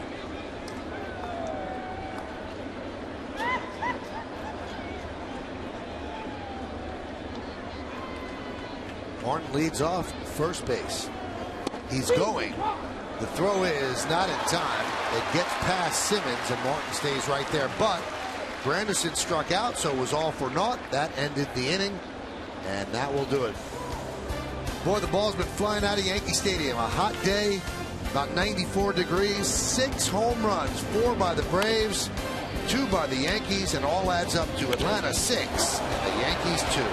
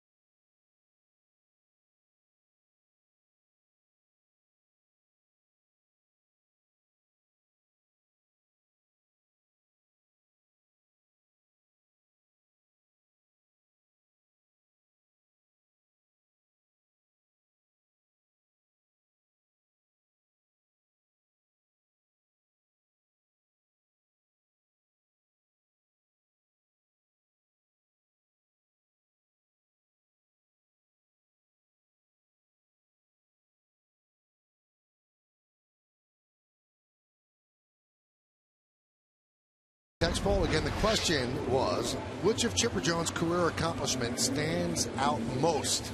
And here is how you vote it at 42951. 44% say it's the 459 home runs. 7-time All-Star. That really doesn't do much for me, the All-Star. MVP was 3rd. Batting title was 4th.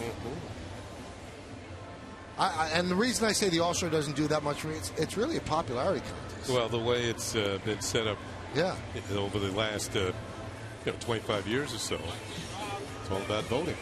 And the Braves are a nationally known team. I mean, you go back to the days of TBS, and they have a national following. That means they get votes from all over. Their players get votes from all over the country. And the same can be said for the Yankees and the other big market teams. And Dan Uggla is leading National League second baseman over Brandon Phillips of the Reds.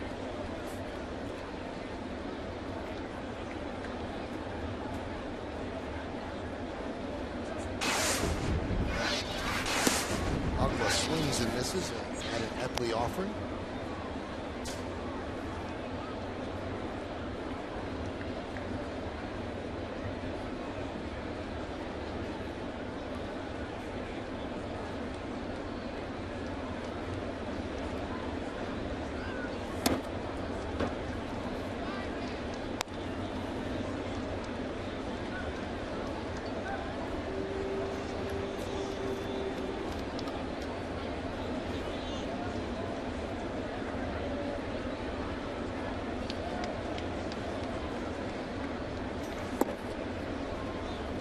down 2-1. Ugla with an RBI single in the first, struck out in the third. 6-2 Braves lead the Yankees. We're in the top of the 6th inning. Wednesday matinee here at the stadium.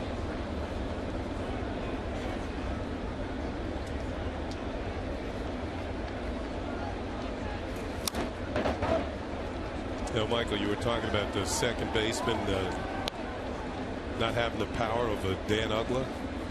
And you think that second baseman, you go back to the mode more of like Roberto Alomar, just went to the Hall of Fame last year. He had some power, but he didn't have Dan Ugla power. No. Or Dan Ugla arms.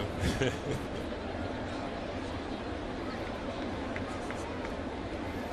But Dan Ugla doesn't have Roberto Alomar defensive skills. Not nearly. Speaking of the All-Star game, Ugla made 3 errors in an All-Star game. That was at Yankee Stadium.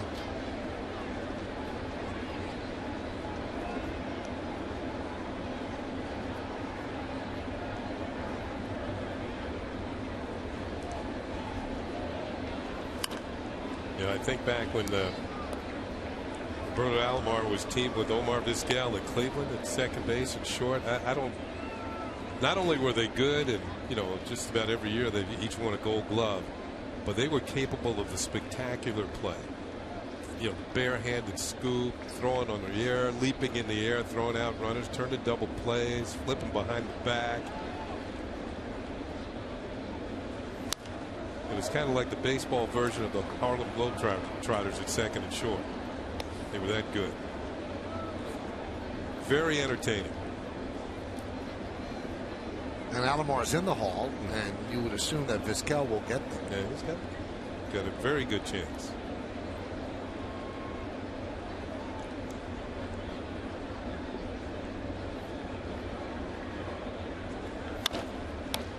Right back to Epley, so he wins that battle with Ugla.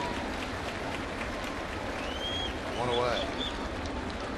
And with Freeman due up, that's going to do it for Epley, as Girardi will call on the lefty. Epley faces 3 hitters, gets all 3 of them out. And he did his job. He did do his job, pitched very well, got all 3 batters he faced, and Rapata will come in.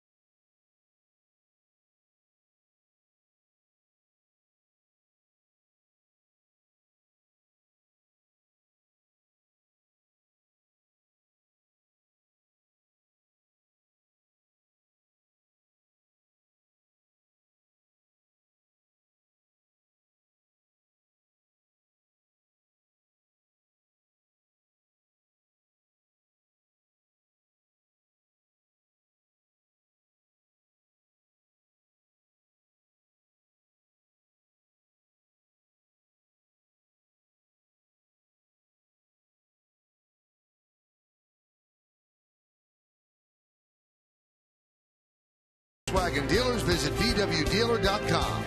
By J&R Music and Computer World. And by Chrysler, imported from Detroit.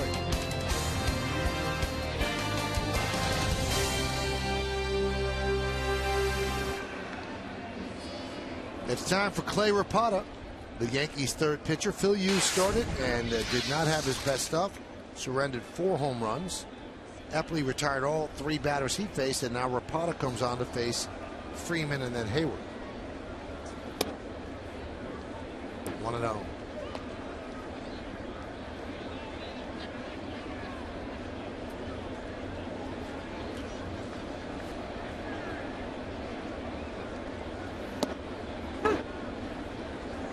count 1-1. Yeah, lefty batters hitting 152 against Rapata. So with back-to-back lefties with power, each one of them's hit a home run today. Freeman in the first and Hayward in the fourth.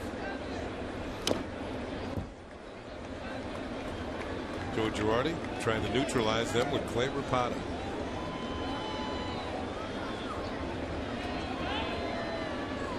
Nice stat. Hitless in their last 16 at bats.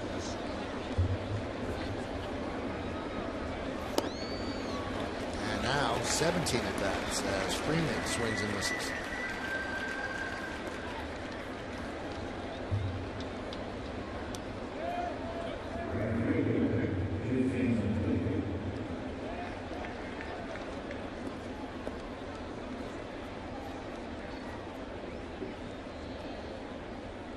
So here's Hayward.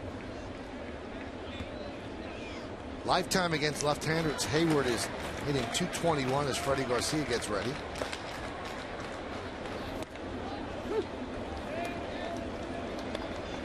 Garcia was the winner in that extra inning game on Saturday in Cincinnati. Washington, D.C. Cincinnati. Because they were wearing red, maybe that's it. Yeah, that's the city with that big monument in it. Yeah. Washington Monument. Right. Yes. I got it. I'm sorry. I was wrong. It'd been a long train ride from Cincinnati back to the Bronx. Cincinnati's on my mind because O'Neill's coming back. Okay. Back in the booth. Okay. You know.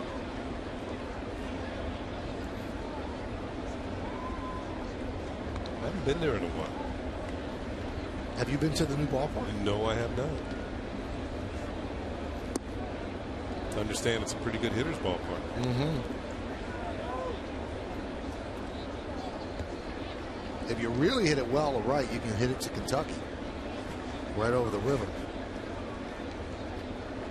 Little interstate commerce. Mm-hmm.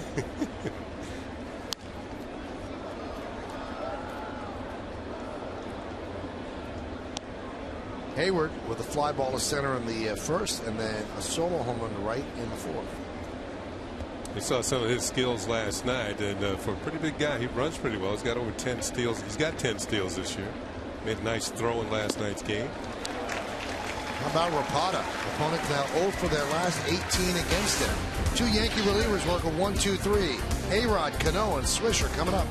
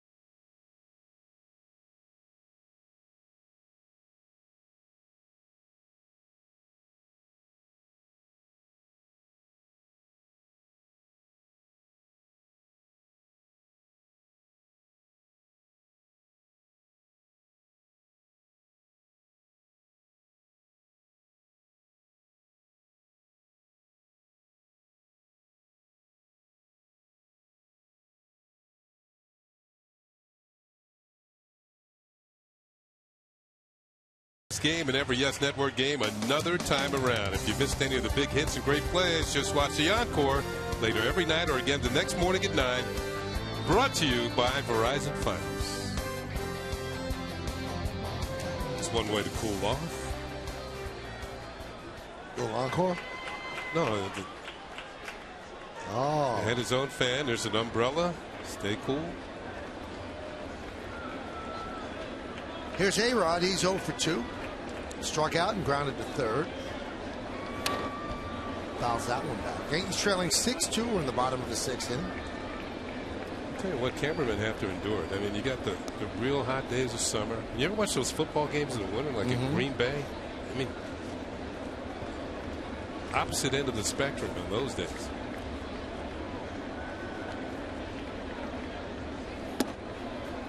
Breaking ball strike. And those cameras get pretty heavy, right, Tad? Oh, yeah. That's Tad Davis down by the Yankee dugout.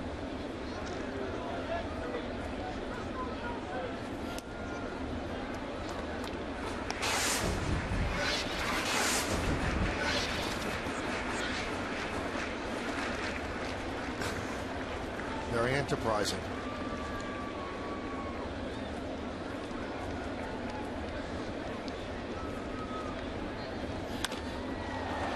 High fly ball, deep right. Hayward back on the track, looking up, leaps. See ya! Home run, Alex Rodriguez. And the Yankees have cut it to 6-3. 7 home runs have left the yard today.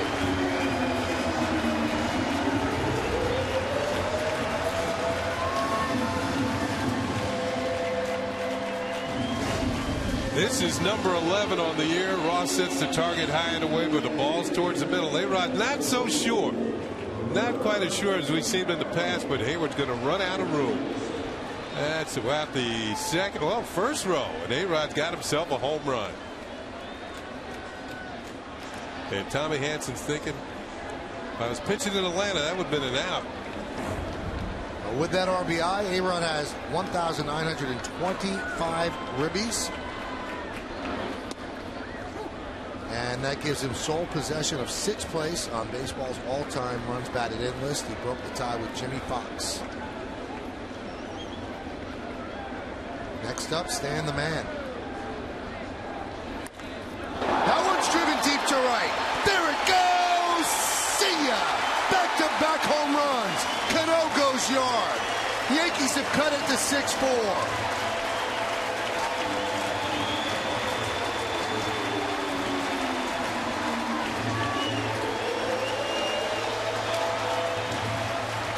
Well, Tommy Hansen tried to take something off of that breaking ball, but he didn't get quite enough taken off. It hung up there for Cano to get to. And this is going to be number 14 for Robinson Cano. Robbie knew it, and so did Hansen. Well, look at that. Gone. They're leaving like flights out of LaGuardia today. Speaking of gone, Tommy Hansen's gone, as Freddie Gonzalez has seen enough. Hansen has allowed 4 home runs. There are 8 home runs in the game, so the Braves bullpen will come on in.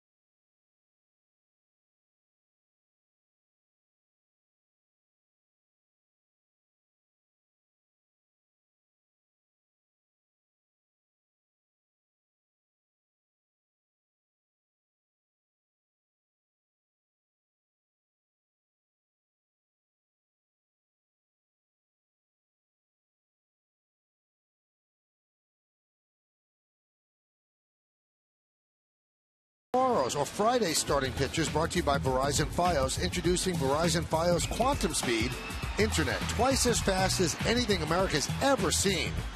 Andy Pettit, 3-2, 2.77 against Jonathan Neese, 4-3, 3.82. Our coverage will begin at 6 p.m. right here on Yes, and then the game is going to be on My 9, and first pitch will be right around 7:05 from Citi Field. Should be a fun series this weekend in Queens. But the Yankees trying to take care of business here in the Bronx. New pitcher for the Braves, Johnny Venters. 6 games against the Yankees and 6 Johnny Venters appearances. Venters comes on to replace Tommy Hanson, who gave up 5 hits. 4 of them were home runs. Phil Hughes gave up 6 hits. 4 of them were home runs.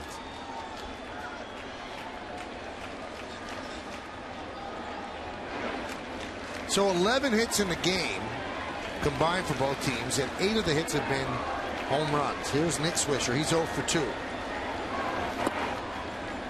Venters deals low. Well, at least if anything else, Venters should be familiar to the Yankee hitters.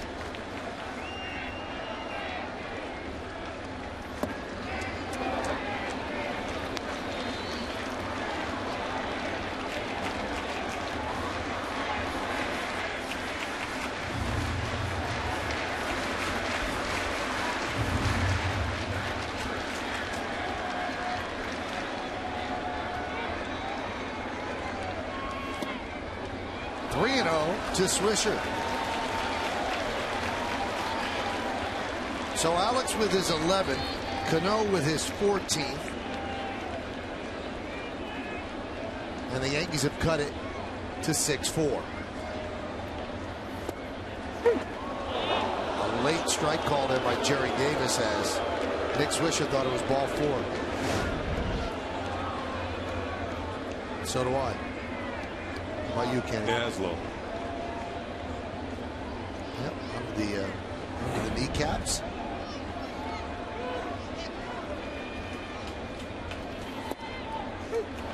He did it to him again, 3-2. Yeah, Swisher's trying to work his way on base, bring the tying run to the plate. That was low. That's the same pitch. That was, it seemed from that angle a little bit. Ross did a good job bringing the glove up, though. Very accomplished catcher. Now Nick said, was that a ball? He didn't curry favor there with Jerry Davis. So Nick Swisher gets a walk. Here we go, the 3-2 pitch, and that's definitely low. Nick takes a look before he heads to first base. Oh, he's something.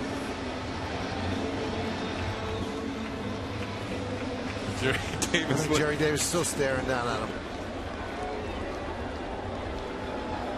Now here's Ibanez. He's 0 for 2. 1 for his last 20.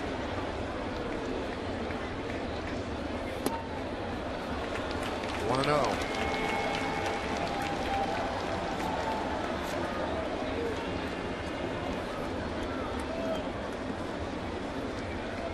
Ibanez 5 for 12 lifetime against Johnny Venters. Yeah, one problem for Venters, he does strike out a lot of hitters. 35 strikeouts at 26 2/3, but he's also walked 14 bats, making 15 now in 26 2/3 innings. He's got good stuff. It just doesn't always go where he wants it to go.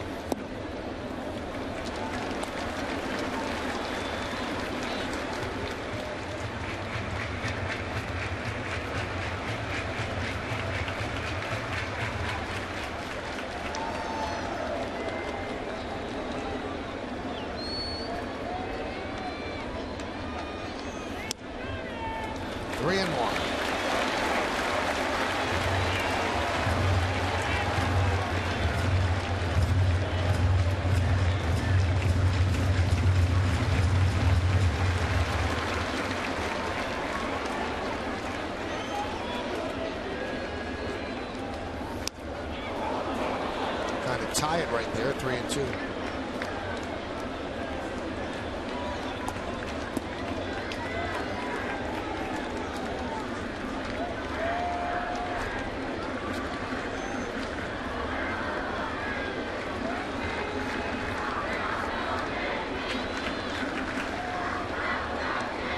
Here's the payoff. Grounded to first. They step on first for one. Nick Swisher gets himself in a rundown.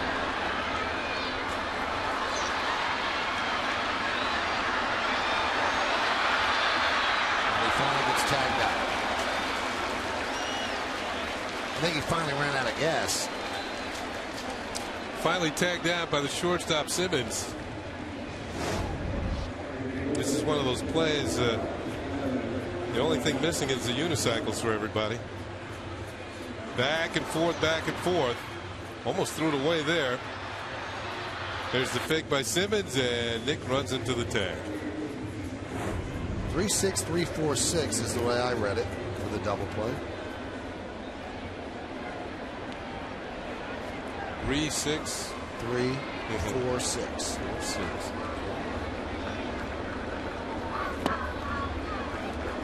Chavez takes low, 1-0.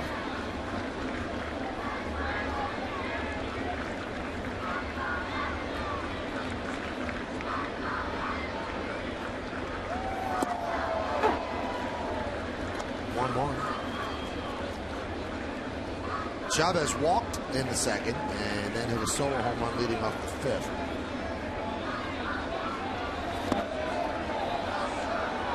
One and two.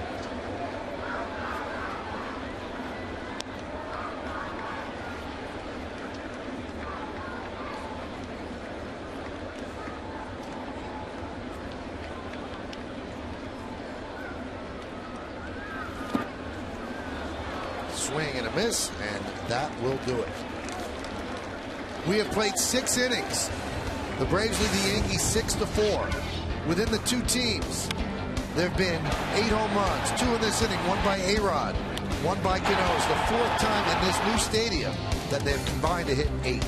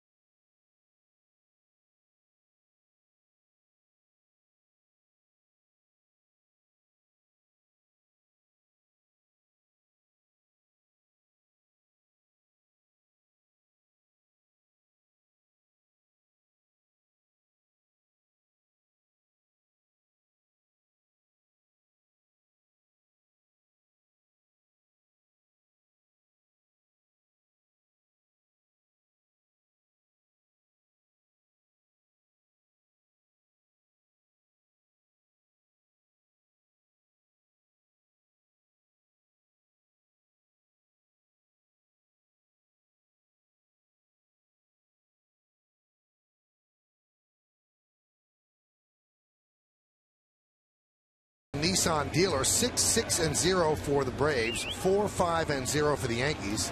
Phil Hughes, 4 home runs allowed, that's a career high. Tommy Hanson, 4 home runs allowed, that ties a career high. And 8 home runs combined, as we mentioned, that's the 4th time that's happened in the new stadium. Still plenty of baseball to go as we go to the top of the 7th inning. And Andrelton Simmons will lead off. Clay Rapata still in the game for the Yanks.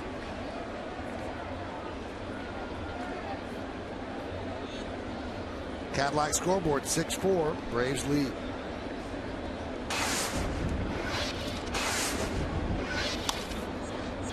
Fouled away as Simmons, of course, jumps on the first pitch.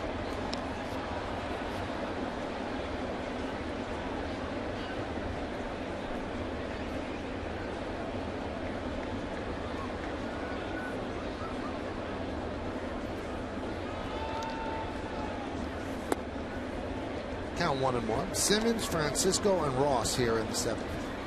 Well, Joe Girardi getting Phil Hughes out of the ball game after 4 1/3 innings, and then going quickly to Epley, who had a shutout inning. Now Rapata's doing a pretty good job, and if the bullpen can just hold the Braves right, the Yankees have closed it within 2, and the way the ball's flying, anybody who's standing in the batter's box is a rally.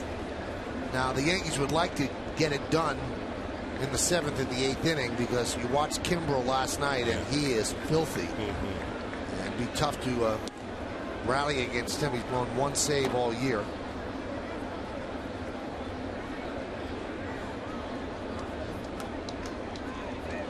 But it might come down to that.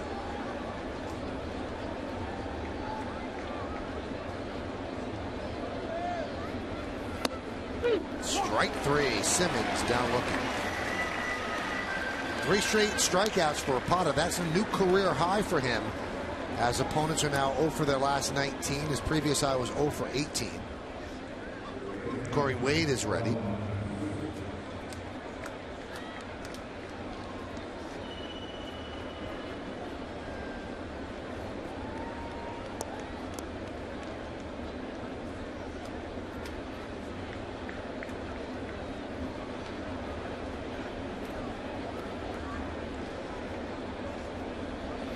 Francisco takes outside, 1-0. See Rapata standing all the way on the first base side of the rubber. That gives him a nice angle to shoot for this outside corner against the left-handed batters. 2-0.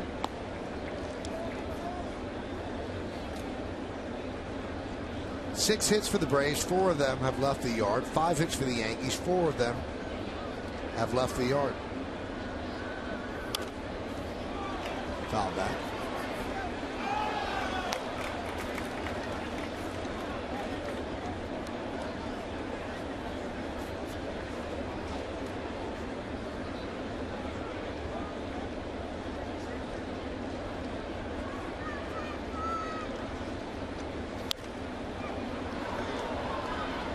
Nice fight back by Rapata after falling behind 2 balls and no strikes. He fights back to get the count even.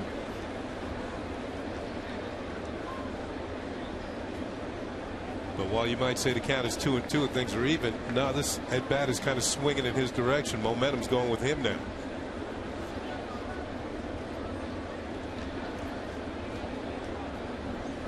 Swing and a miss. 4 straight strikeouts for Rapata. And it's going to end there as Joe Girardi will bring in Corey Wade to face David Ross. Hey, if you were wondering what the record is for combined home runs in a game, 12. The White Sox and the Tigers have actually done it twice, playing each other in 1995 and 2002. Corey Wade's coming on. Stick around.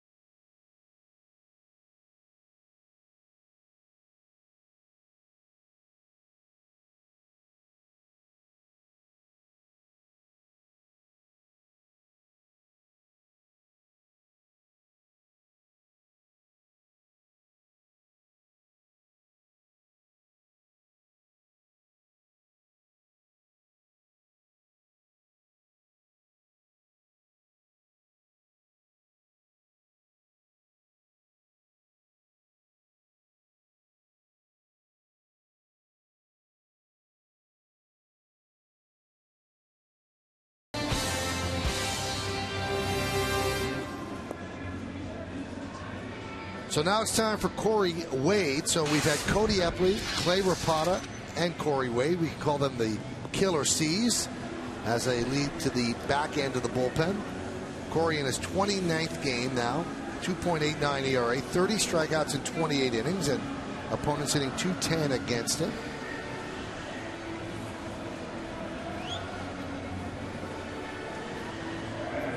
What a job by Rapata. I mean, 4 hitters, 4 strikeouts.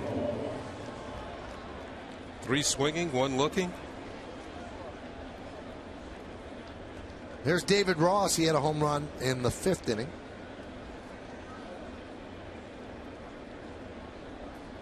The Yankee bullpen has turned off the home run spigot.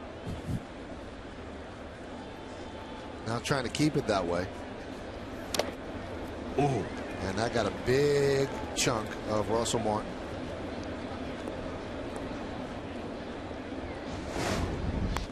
Here's another look, and pitch is right there. Oh, right off the left shoulder. Man. Russell Martin wakes up tomorrow morning a little tight in that area. Here's your reason.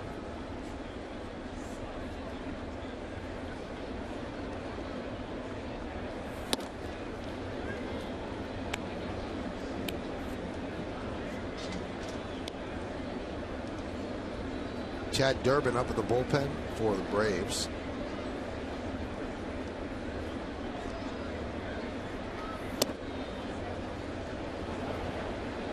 Yankees saw him yesterday.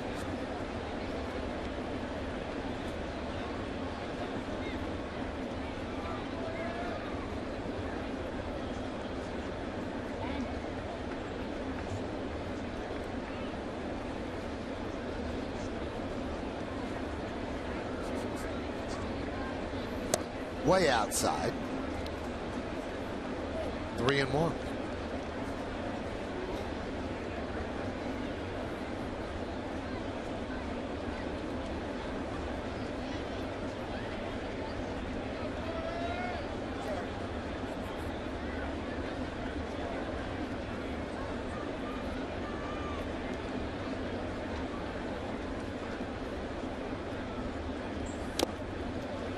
Now 3-2.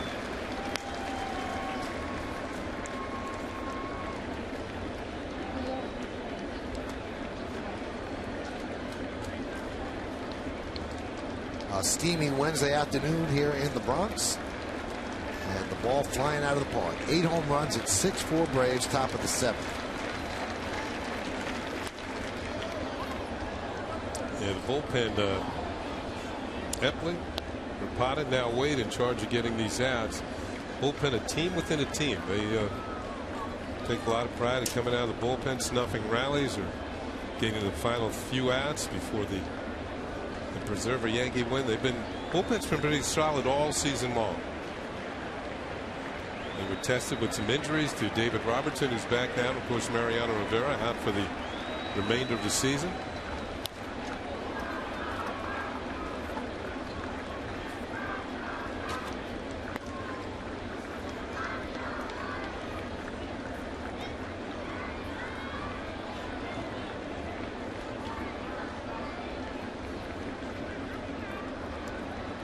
So Ross continuing to spoil pitches by Wade. We've seen a lot of foul balls by the Braves today.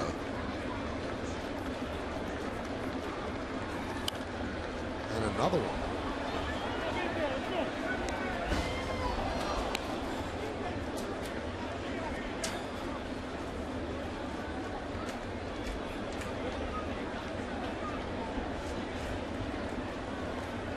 It's become a 9-pitch at bat for David Ross, who making the most of a start. Get out of here. Go. You hear David Ross cheering on that foul ball to get out of there. Go. And he got his wish. Get out of here. Go. I think that's what every hitter said when he hit the ball for a home run today.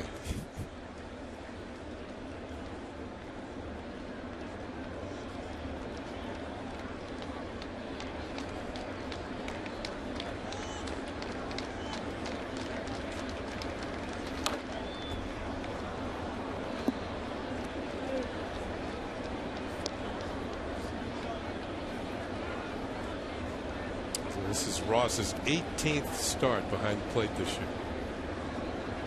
He got himself a home run.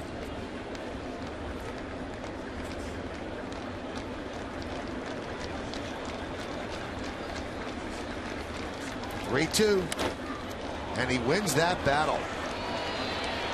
Cutting the ball off is Ibanez, and that holds Ross to a single.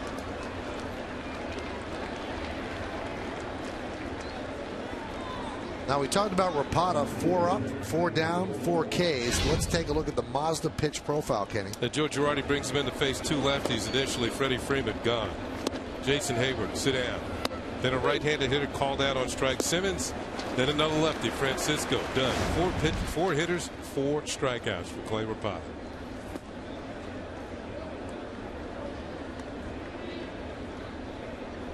Count 1-0.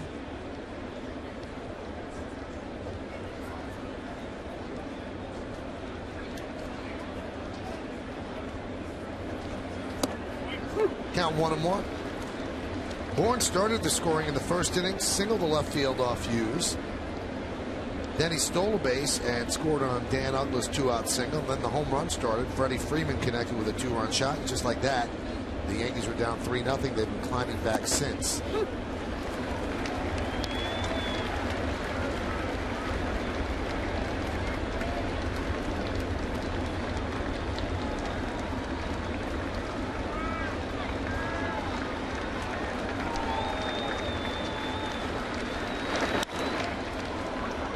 Fly ball left field. Ibanez backs up. He'll put it away, and that will do it.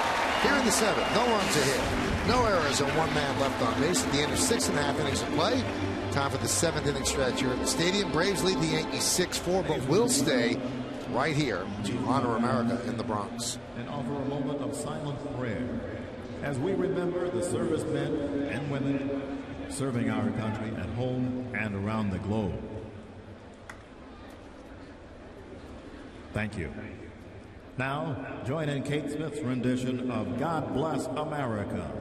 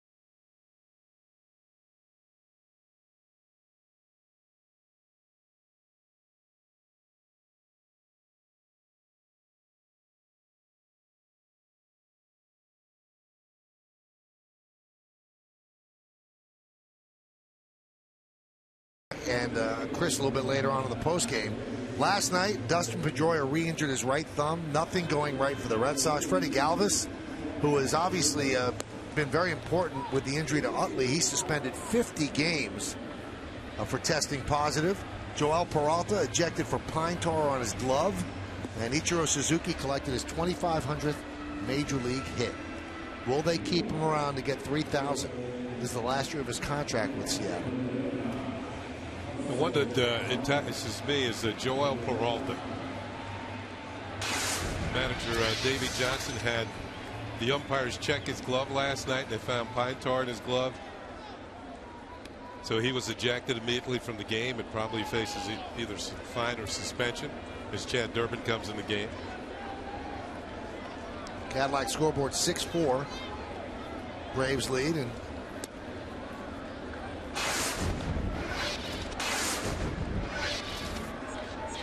Chad Durbin deals outside, the new pitcher for the Braves. Now Peralta pitched, I believe, last year for the Nationals. Exactly. So they knew his act. It was in 2010. And Joe Madden, the manager of the Rays, said it was a Bush League move to check him by Davey Johnson. But then you wonder, if he did that with the Nationals, why would he be so silly as to do it against his old team? Exactly, because they know your mode of operation. Yep. 2-2. Martin, Nix, and Jeter here in the 7th. Yankees trail 6-4.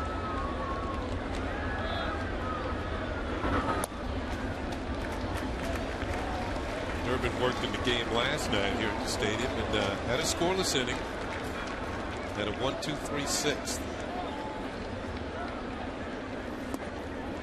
And Martin works a leadoff walk. Martin's been on base all 3 times. A double and 2 base on balls.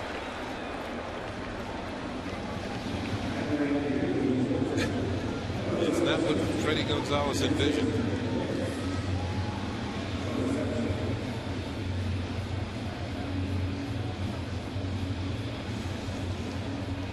Now Mark Teixeira's on the bench. He hurt his heel yesterday on the hot shot by Hayward. They were going to give him today off anyway, but it is sore. I'm not quite certain about his availability.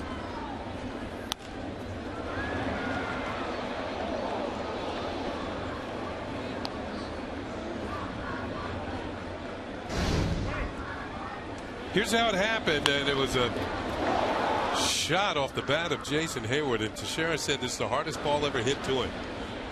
And if he can't put leather on it, you knew it had some speed on it coming down first base.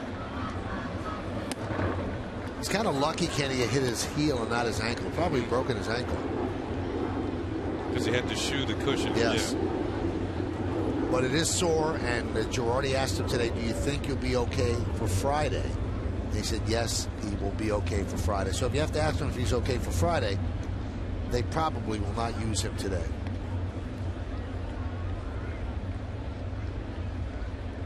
And it was the left heel, so that would really affect him as a left-handed Yeah, batter. push off foot. 1-1. Nix drives one deep to right center. That one holds up, though, as Bourne makes the play. 1 out. This copyrighted telecast presented by authority of the New York Yankees and may not be reproduced or retransmitted in any form, and the accounts and descriptions of this game may not be disseminated without the express written consent of the New York Yankees. Well, here's the guy who started the Yankees side of the home run barrage. He had a home run off Tommy Hanson to lead off the first inning.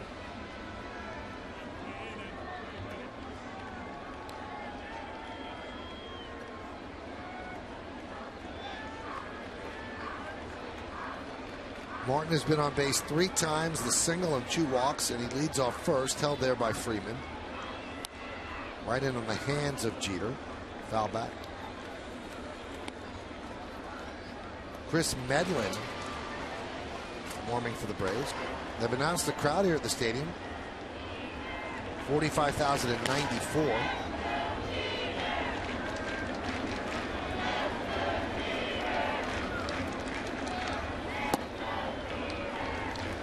At the beginning of the game, there are a lot more people in the seats. You wonder if It just got too hot for people, or they've run for shade. You see the bleachers, a lot of empty benches out there in the bleachers as well. It's hot out there. I think you called it right when you said the Mohegan Sun today is the busiest. Yeah. Might be the busiest place because it's air conditioned out there in the center. There you Still go. jammed. Standing room only. Count 2-1. You know, this is kind of what you would call a sudden heat wave. It wasn't like a gradual buildup. I mean, yesterday was just about, and all of a sudden overnight, man, 95 degrees. Yep. So maybe people take it. It takes a little time to get used to it. And Joe Girardi was asked, do you have to do special things? He said, we have to make sure the players stay hydrated. He said, and then when they're not batting, sometimes they'll go in the runway adjacent to the dugout where it's cooler there. All that Gatorade and water is ready to go on ice.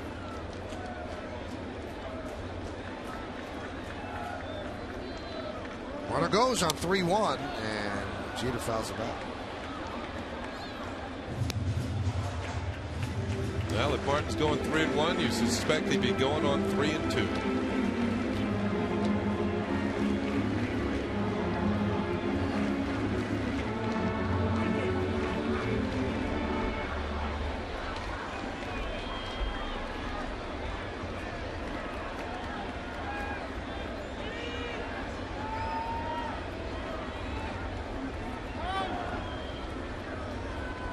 Ross wants to talk with Durbin. This is probably about location.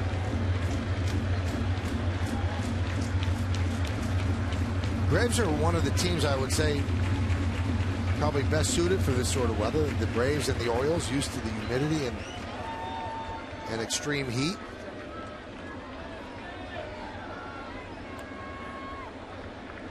Call it hot Atlanta, don't they? I didn't ask you this. Does D.C. have the same humidity as Baltimore? They're only 40 Yeah, miles but apart. I mean, is one a different altitude? As Jeter ends up walking. No. So it's the same. It's just as hot. It's just as hot. So now the Yankees have the tying run on base. That'll bring up Granderson.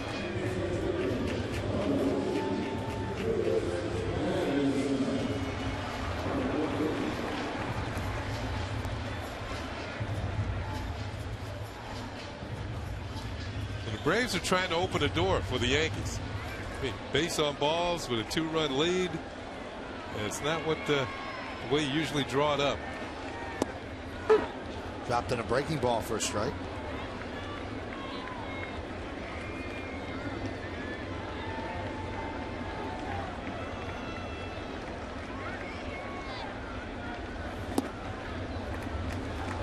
Granderson looking for his first hit today. He's 0 for 3. 2 fly balls to center and a strikeout.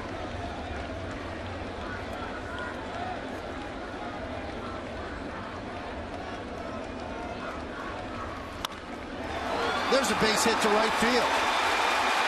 Martin rounds third. He's going to score. Jeter goes to third. It's an RBI single for Granderson. Now Atlanta leads 6-5. The walks will fuel in its scoring inning. And the Yankees have had 2 walks here. 1 scored and 1 is on third base with 1 out. Granderson adjusts to a breaking ball. He's been getting a steady dive. And he rips it into right field for the hit. Martin's going to score easily. And Jeter's going to track it all the way to third base where he represents the tying run. Here's another look at the Granderson swing. Stays back on the breaking ball and lines it into right field for the hit. Here's A-Rod. He is 1 for 3.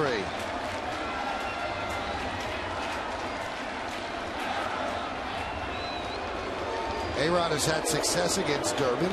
Short sample size, 4 hits and 10 at-bats.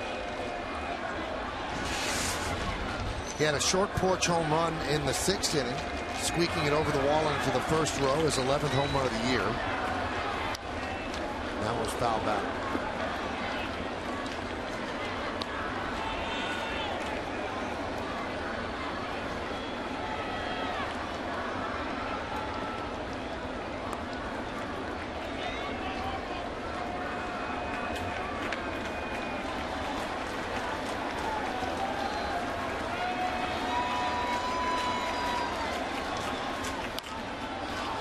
Let's see if they can turn two. There's one. On to first, it's a double play. So Alex Rodriguez wraps into an inning-ending 6-4-3 double play. The Yankees add one, and now it's 6-5 Braves. We go to the 8th.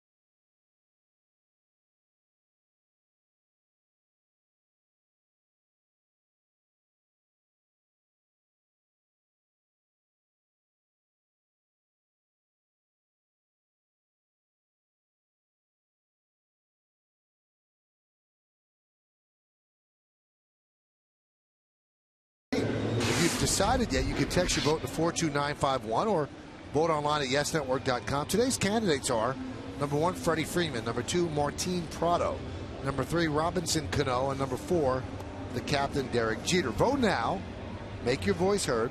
Standard text messaging rates apply. I don't know if we've seen the player of the game yet, Kenny. Maybe not.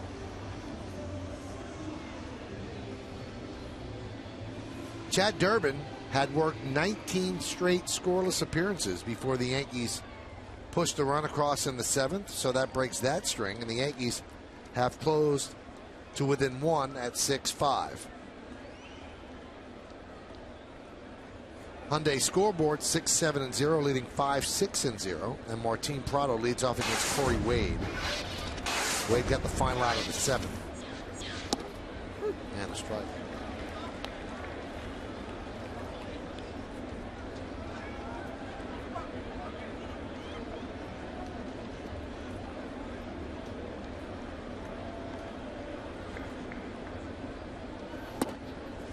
Another strike. Count 0-2. Bullpen's allowed just one hit, and that was a single by Ross last inning.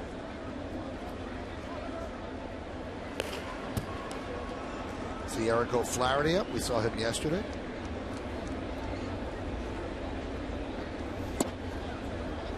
Count 1-2.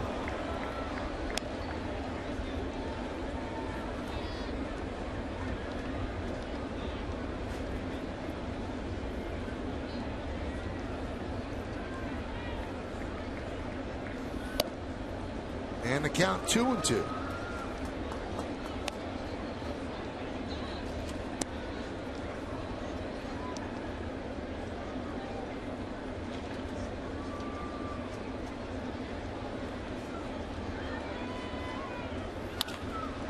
That one's lined into left center field. It is a base hit.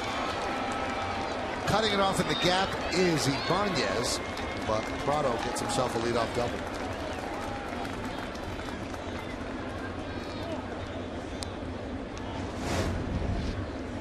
Prado's a solid hitter in that 2 spot, and he stays with that breaking ball. It was kind of up a little bit, and he doesn't miss it. Solid line drive to the gap in left center. Ibanez thinking about second. No, he can't get him there. Gets it back in. Joe Girardi will go to the bullpen again. This time it'll be Boone Logan, the lefty, facing Brian McCann.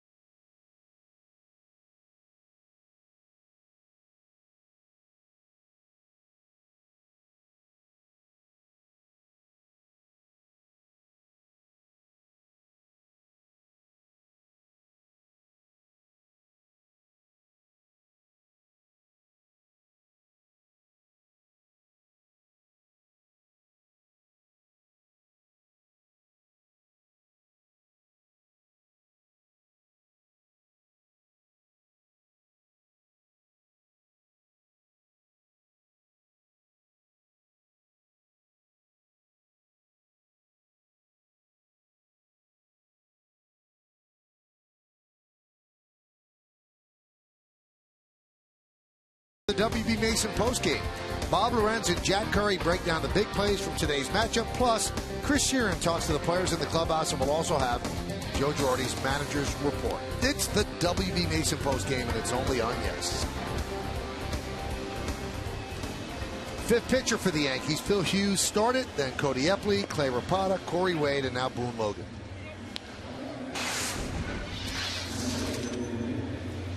'35th game for Logan. 33 strikeouts in 24 and 2/3 innings. Opponents hit .239 against him.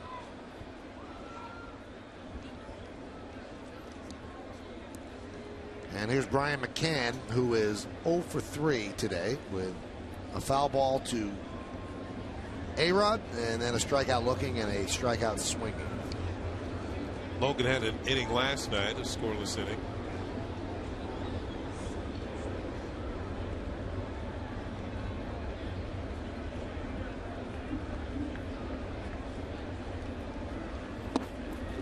Snap throw to second, and Prado gets back ahead of the tag by Nix.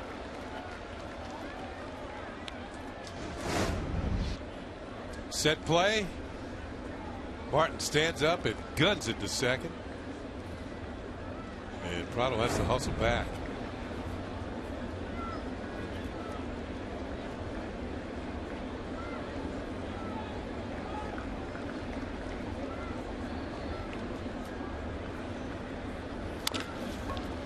Grounded to first.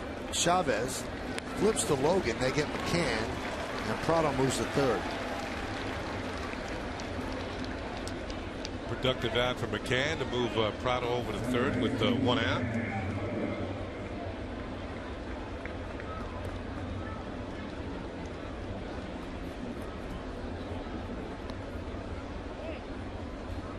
Yankees bring the infield in.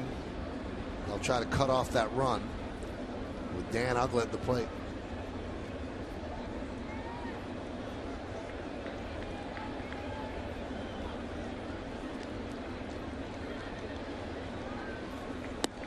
And they will intentionally walk Uggla and set up lefty-lefty. Logan against Freeman. Yeah, they have 2 lefties in a row coming up. Following Freeman is Hayward.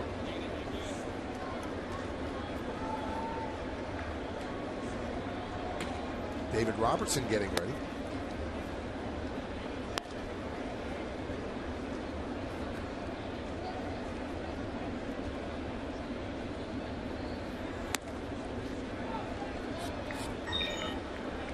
So that sets up the double play.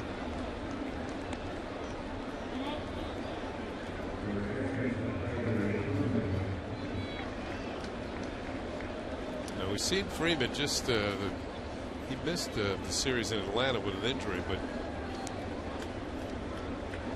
he doesn't let many pitches pass. He swung at the first pitch that he saw in the first thing. He hit a 2-run homer. Well, this is a situation where you're just not throwing something to get it over the plate and get ahead on the count. You got to make good pitches.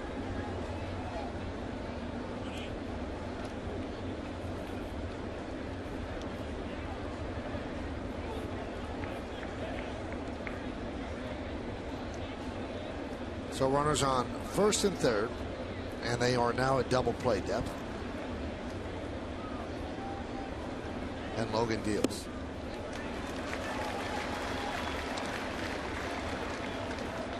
Freeman definitely lives by the motto, thou shalt not pass. Solid defensive first baseman too. Last night made an error. That was his first error in 102 games. The 0-1. Grounded to first, off the glove of Chavez. They'll get one out, run scores. If he fielded it cleanly, that was probably an inning-ending double play. But it's now 7-5 Atlanta. And an RBI for Freeman, because you cannot assume the double play. I think you're exactly right, Michael. He had two choices here. He could either step on the bag, then throw to second. But instead, with the bobble, there's only one play. And Boone Logan gets over the first to record the out. It's a big run for the Braves. Now a runner at second for Hayward.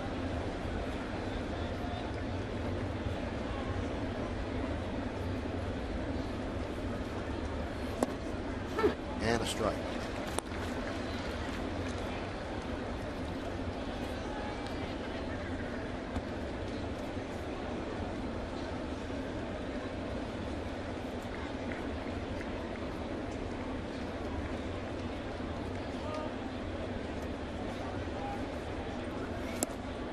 Count 0-2.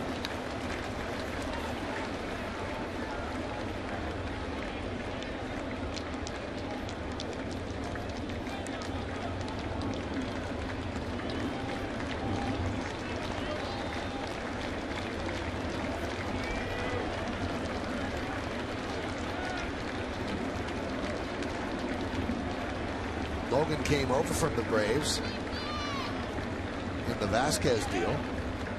And now facing his former teammates, the 0-2. 1-2.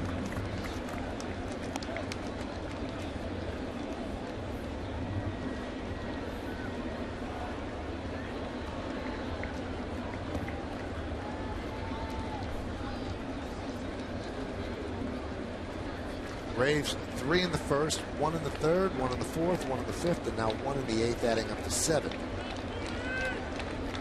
Yankees 1 in the first, 1 in the fifth, 2 in the sixth, and 1 in the seventh, adding up to 5. Foul ball.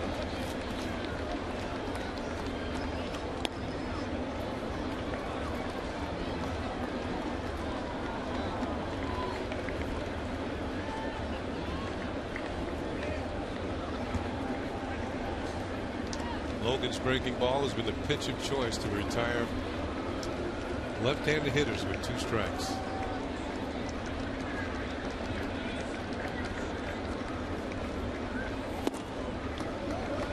Two and two. Tried to heat him up.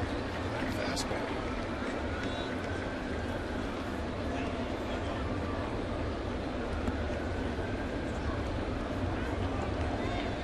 Two balls, 2 strikes, 2 outs. Runner on second, and the Braves up by 2. Top of the 8th inning.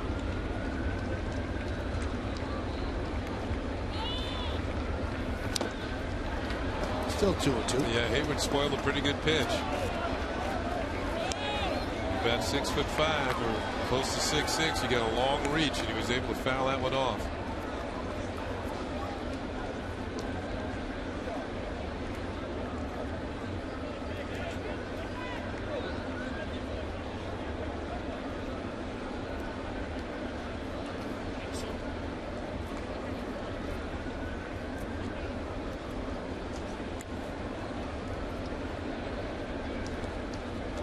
Russell Martin go out to the mound. I wonder if there's a verbal sign that he won't give one when he gets behind the plate. And with a runner at second, sometimes it's the way catchers work. Didn't give a sign. Fly ball, deep right, should have given a sign. See ya. A 2-run home run for Hayward. And now it's 9-5 Braves. Second home run of the game. His 10th of the year. And the 9th combined between these two teams. Hayward now joins Freeman with 3 runs batted in the game. The 2 left-handed hitters back to back. The first baseman and the right fielder have each driven in 3 runs, and Hayward reaches the seats here for the second time. His 10th home run of the season.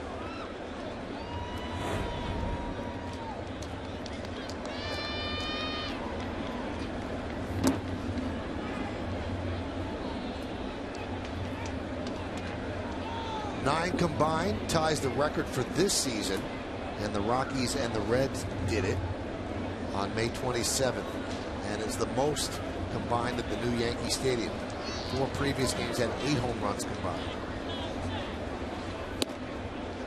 Count 2-0 to Andrelton Simmons. So the botched double play really comes back to hurt the Yankees, as Larry Rothschild will go down to settle Logan down. Because, again, you can play the if game. But if Teixeira's at first, and no knock on Chavez, who does a nice job there, but Teixeira is one of the best first basemen in the game. Ever. He turns that into a 3-6-3 double play. The inning's over, and the Yankees going to the bottom of the 8th inning, trailing just 6-5. Instead, it turns into just 1 out, keeps the inning alive, and then Hayward hits a 2-run home run. So that's the swing right there. But 1-run lead, now a 4-run lead. You're right about Chavez. It's only his second start at first base this year.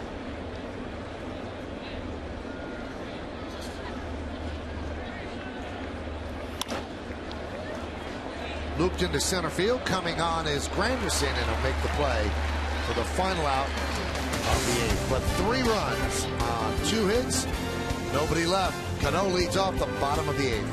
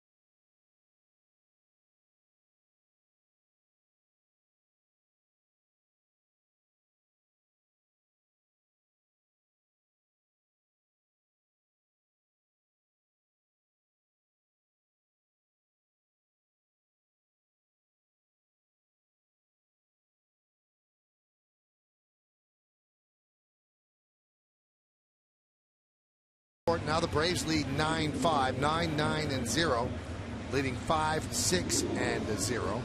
If you just tuned in, 9 home runs combined for these two teams. 5 by the Braves and 4 by the Yankees, and that's a new Yankee Stadium record. So the Yankees have 6 more outs. try to get back in this game, and now they'll have to do it against the left-hander Eric O'Flaherty. They saw him last night. He's got good stuff, as you can tell. 20 strikeouts in 24 innings. And he too worked a scoreless inning here last night. He worked the 8th inning. Hit a batter, but then got a double play.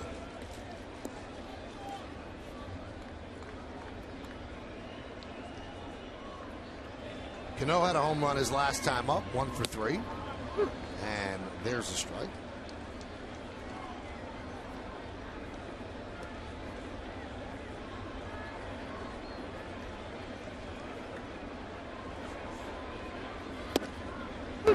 And another strike. O'Flaherty, Venters, and Kimbrel were the 3 major players out of the Braves bullpen last year. All made quite a few appearances.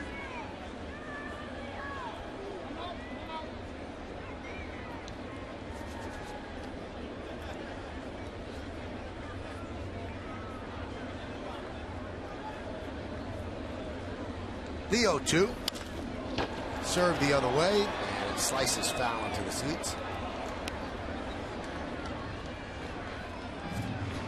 Game like this, you could look at a lot of plays to play at first. We could also look in the 7th inning. Yankees have runners on first and third. They're down 6-5, and Alex Rodriguez is up. All he has to do is hit a fly ball, and it's a tie game. Changes the whole tenor and how Joe uses the bullpen. But instead, Alex wraps into a 6-4-3 double play, and just has a different feel when you then go to the 8th inning.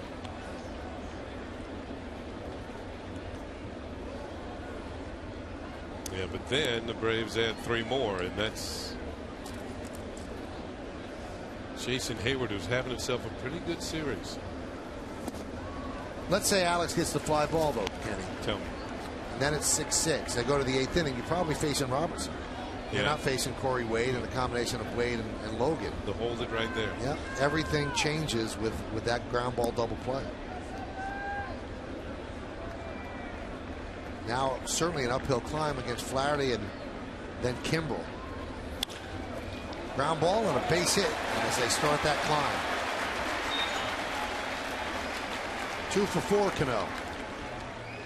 After starting out 0 for 2 with a strikeout and a pop-up, follow that with a home run and now a leadoff single. Home run in the 6th inning, leadoff single here in the 8th. You know, to me, on a day like this where you mentioned Michael, the ball is just flying out, it's about getting men on base. And then when you pop one. Yeah. You know, the Yankees have been, well, they're all solo shots, right? Yeah.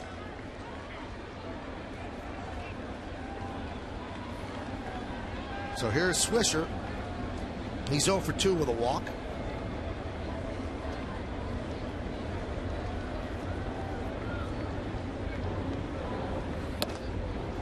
And the pitch is high. 1-0.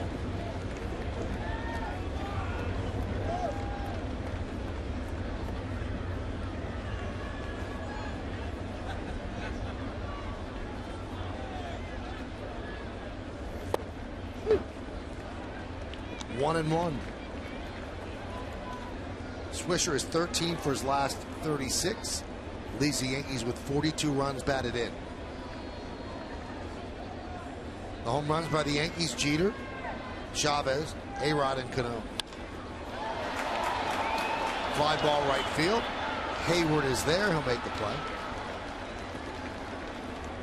Even a ball off the end of the bat like that carried just to in front of the warning track. Yeah, your initial reaction is to watch the outfield. They usually tell you when they start drifting back towards the warning track and into the wall, it seems like the ball's going to carry out of the ballpark. Hayward held his hand up right away to tell you he had a shot to catch that ball.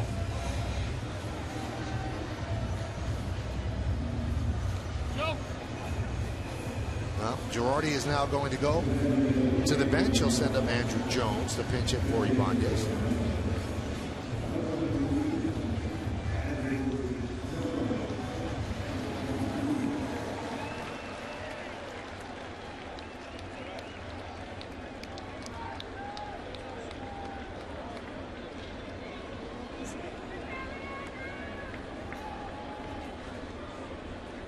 Medlin warming up.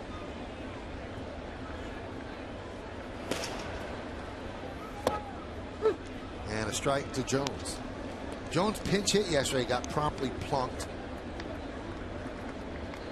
But Girardi said that he was okay today. Didn't start against Hansen. Now 1-1. Now Mark Teixeira has grabbed the bat. Probably been receiving treatment on the heel the entire game. He's going out on deck.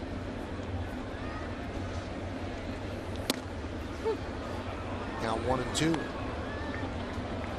Yankees have an off day tomorrow. And then they start a 3-game set at Citi Field against the Mets. And those 3 games will be the final 3 interleague games of the regular season. Yankees hope they play interleague games in October. But 1-2. 2-2.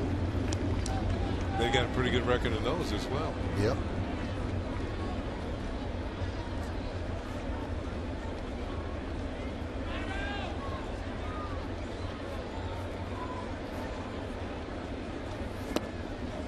And Jones has worked the count full at 3-2. He has yet to swing the bat in this at bat, and eyeballed his way to a full count.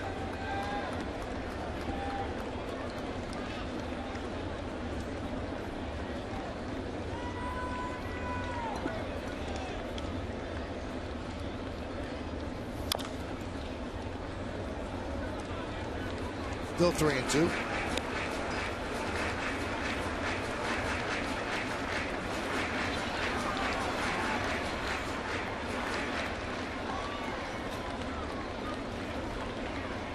That type of afternoon here at the stadium. A little toasty. 3-2 pitch. Swing and a miss. Jones down on strikes. And that'll bring up Mark Teixeira to pinch hit for Chavez.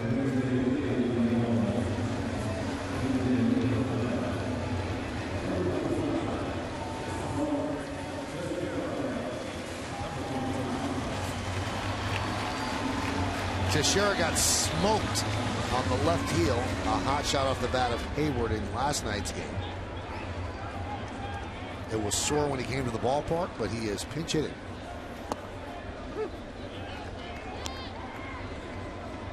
It would probably be a bit more difficult, as we said, to hit from the left side, because that would be the back foot. Now hitting right-handed against the lefty O'Flaherty.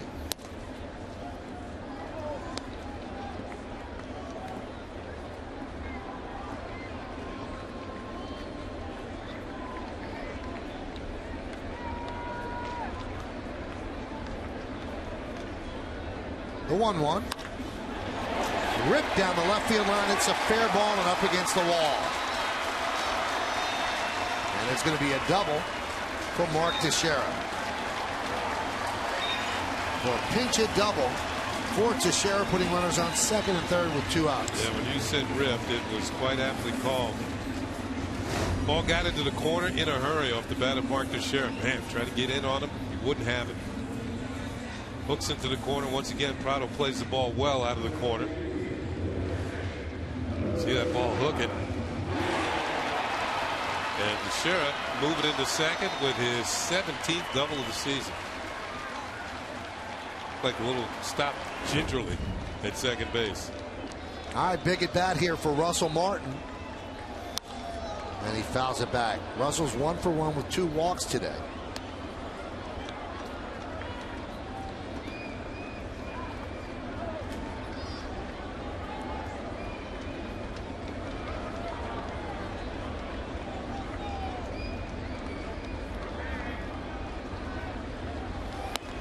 Missed outside. O'Flaherty did the count. 1-1. I think Flaherty might have lost his balance on that last pitch.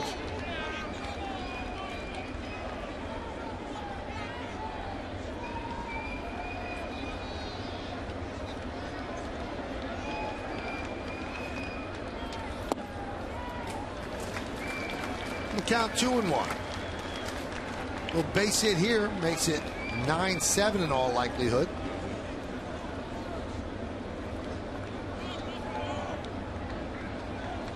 Although some good arms in the Braves outfield. Ground ball, Francisco fields, and he gets Martin for the final out of the 8th. No runs, 2 hits, no errors, and 2 men left. We're going to go to the 9th inning. Braves 9, Yankees 5.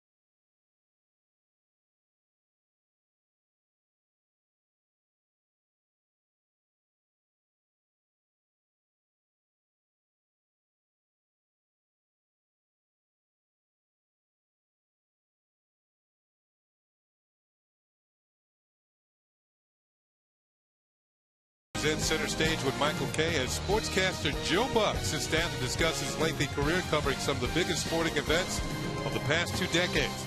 Plus Joe's thoughts on how baseball is better when the Yankees are winning. It's a new center stage next Thursday at 11, only on Yes. Joe Buck. He was very good. Very good. Son of the legendary Jack Buck, a Hall of Fame broadcaster. We talked about that as well. Freddie Garcia, the Yankees' 6th pitcher, so the Yankees caught a break of late by not having to go too deep in the bullpen with a day off tomorrow. This is the day that you'd want to use your relievers if you had to, and Freddie Garcia, who got that victory in the extra inning game on Saturday in D.C., comes on now to get the 3 outs here in the 9th. And Juan Francisco will lead it off.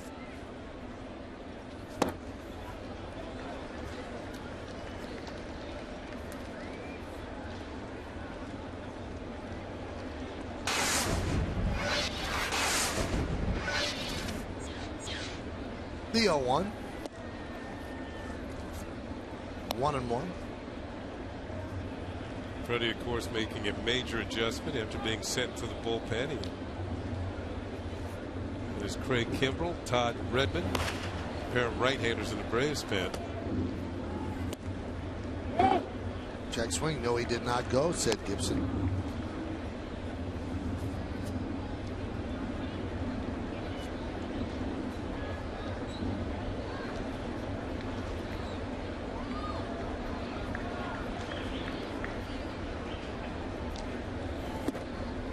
Now 3-1.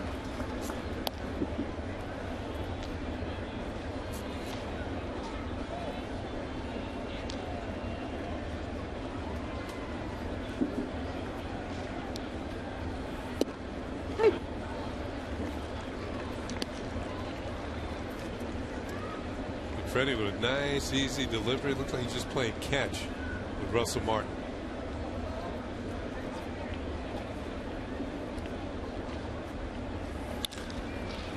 Line into left center. It's a base hit. Cutting it off is Granderson, and will hold it to a single.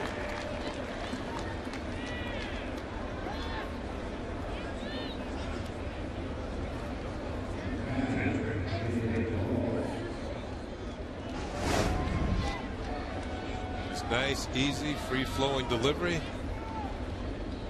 And then the line drive off the bat of Francisco that Granderson has to chase down.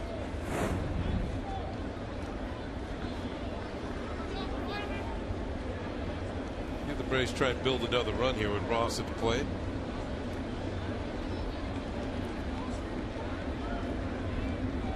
Runner goes. Ball bunted at. And Francisco goes into second. The throw gets past Cano, and Francisco will go to third. I think that took the Yankees by surprise, as the Braves are up by 4. Yeah, I'm not so sure that wasn't some sort of a missed sign, because Ross squares the bunt. He's trying to sacrifice. Meanwhile, Francisco's on the move. He might have read hit and run. And it all comes out and works in his favor. As the ball gets away, he gets up and continues on to third. It's going to force the Yankees to bring the infield in.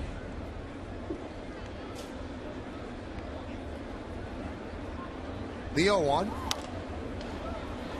Fouled away. Well, why would they be bunting anyway? Well, just with a 4-run lead. Just to make it 5, because then a grand slam doesn't tie the game. Just to, pick up that extra insurance run. But somebody didn't get there was some sort of miscommunication there.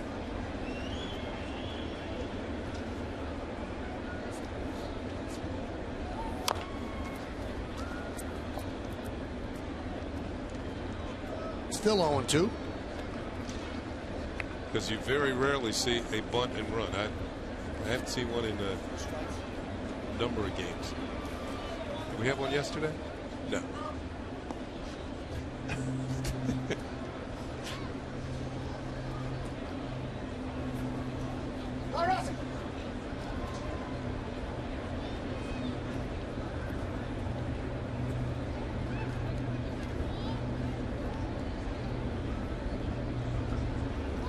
Swing and a miss, struck him out.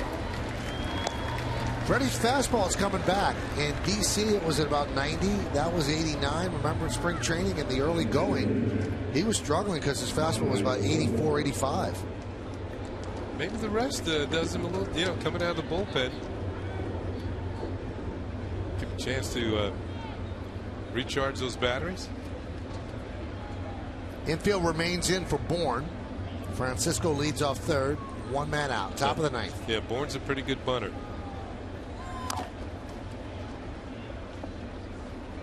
Yankees did make some defensive changes. Teixeira takes over at first. Jones stays in for Ibanez in left. And Freddie Garcia is on the mound.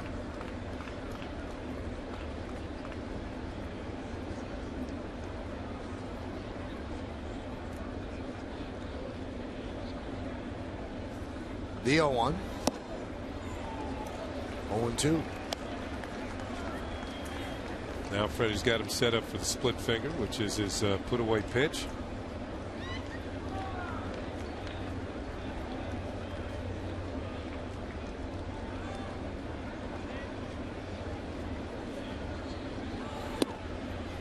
Strike 3. I think he was looking splitter, and the ball stayed up in the zone for the second out.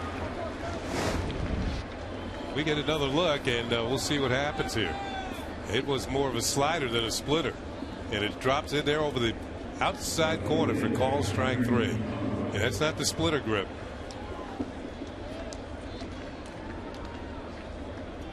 Maybe Bourne gave up on it, think it wouldn't clip the corner, but it did.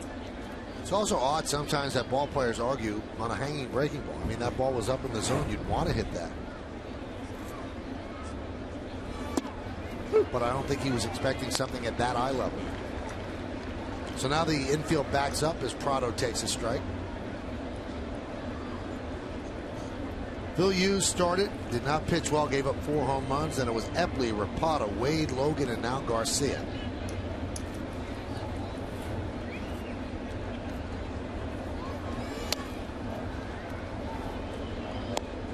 That was a 91-mile-an-hour fastball.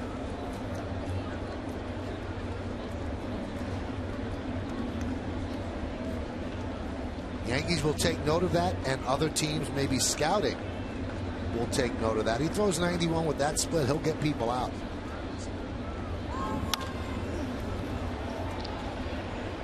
Count 1-2 now. You want to look ahead to the bottom of the ninth inning. It'll be Nix, the number 9 batter, then Jeter and Granderson. If anybody gets on, A-Rod, and then Cano.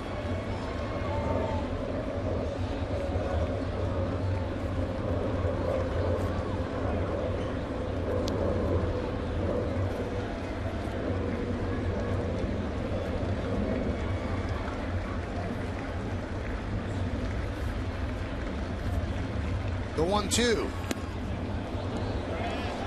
Prado goes down.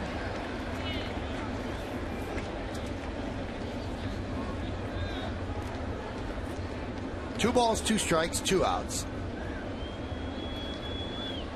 Yankees and the Braves, the rubber game of a 3-game set. Wednesday matinee here at the stadium.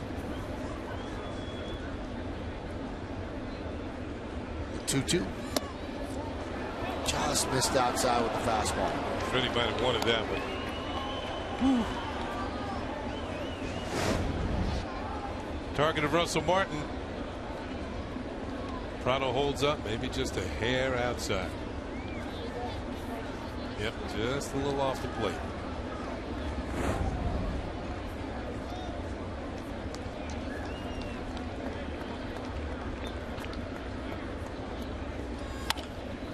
And that's a base hit to right field. That will score Francisco.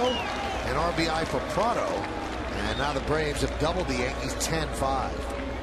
Prado's 3rd hit of the game. Previous pitch was off the corner. This one was on it, and Prado was ready. And he slaps it into right field. He's got a single, a double, and a home run now. Driven a couple of runs, scored 2 runs.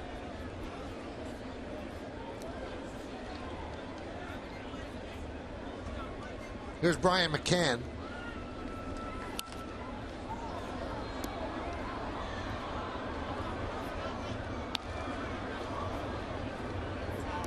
Count 0-1.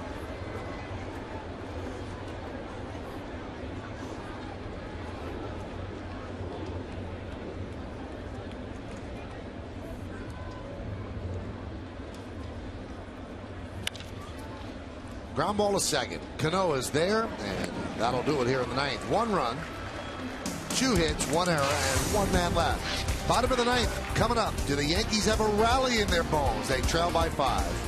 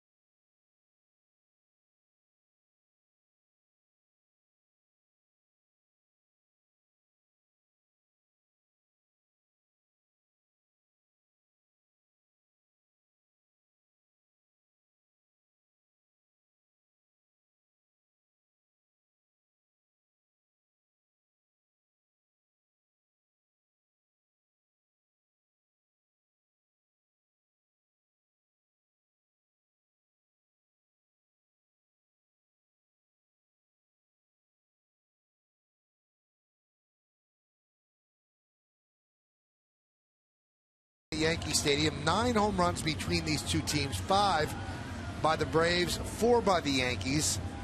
But late innings, the Yankee bullpen cracked just a little bit.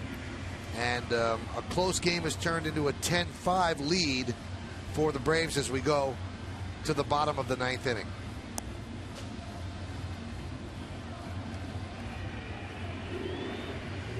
New pitcher is Todd Redmond,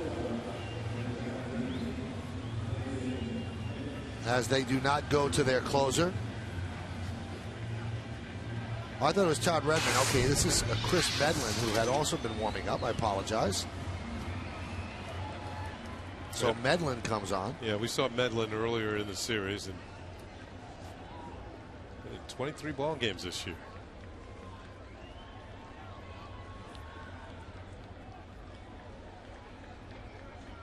And here is Jason Nix. And a strike. 10-11-0 Braves, 5-8-1 for the Yanks.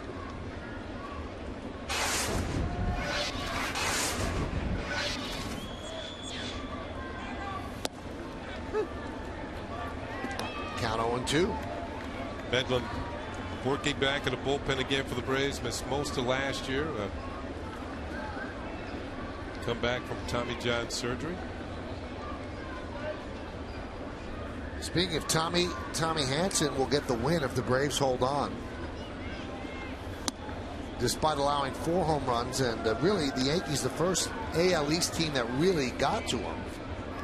In 7 career starts against the American League East, Tommy Hanson 6-0, 1.22, so he'll go 7-0, but his ERA will certainly rise. Missed outside.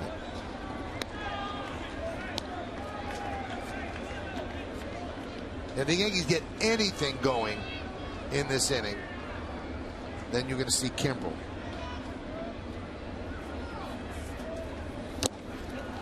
And that's tipped into the glove of Ross for a strikeout, 1 away.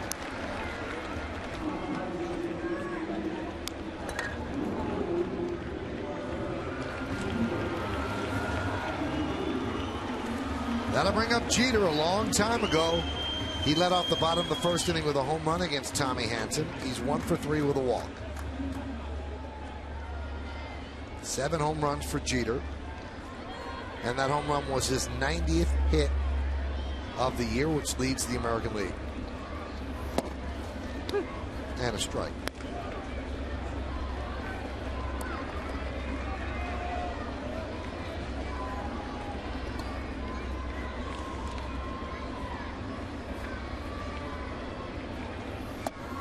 Yankees on the verge of losing their first series since May 28th through the 30th, when they lost 2 out of 3 against the Angels.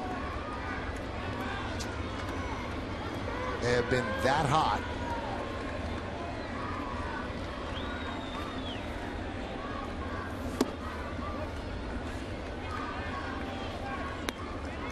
They won 5 series in a row up to now. Get a chance to regroup tomorrow, a day off, and then over to Citi Field. Ground ball to short.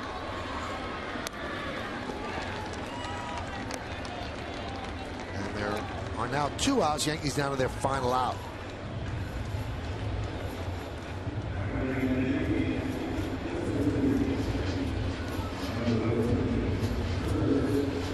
And that's going to bring up Curtis Granderson. He brought the Yankees as close as they can come with his base hit in the 7th inning that made it 6-5. Put runners on first and third with 1 out. But Alex Rodriguez banged into a double play to end the threat, and a lot of the air went out of the balloon right there. That's as close as they got.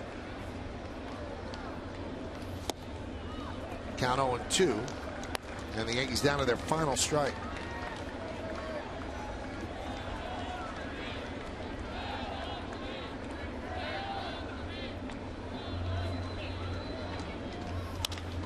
Right back to Medlin, and that'll do it.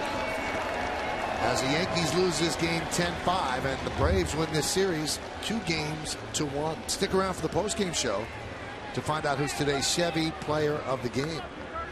So after winning 10 straight, the Yankees have now lost 2 in a row. They lost last night, and they lose the rubber game today. We'll come back, we'll wrap it up, and then the postgame with Bob and Jack and Chris.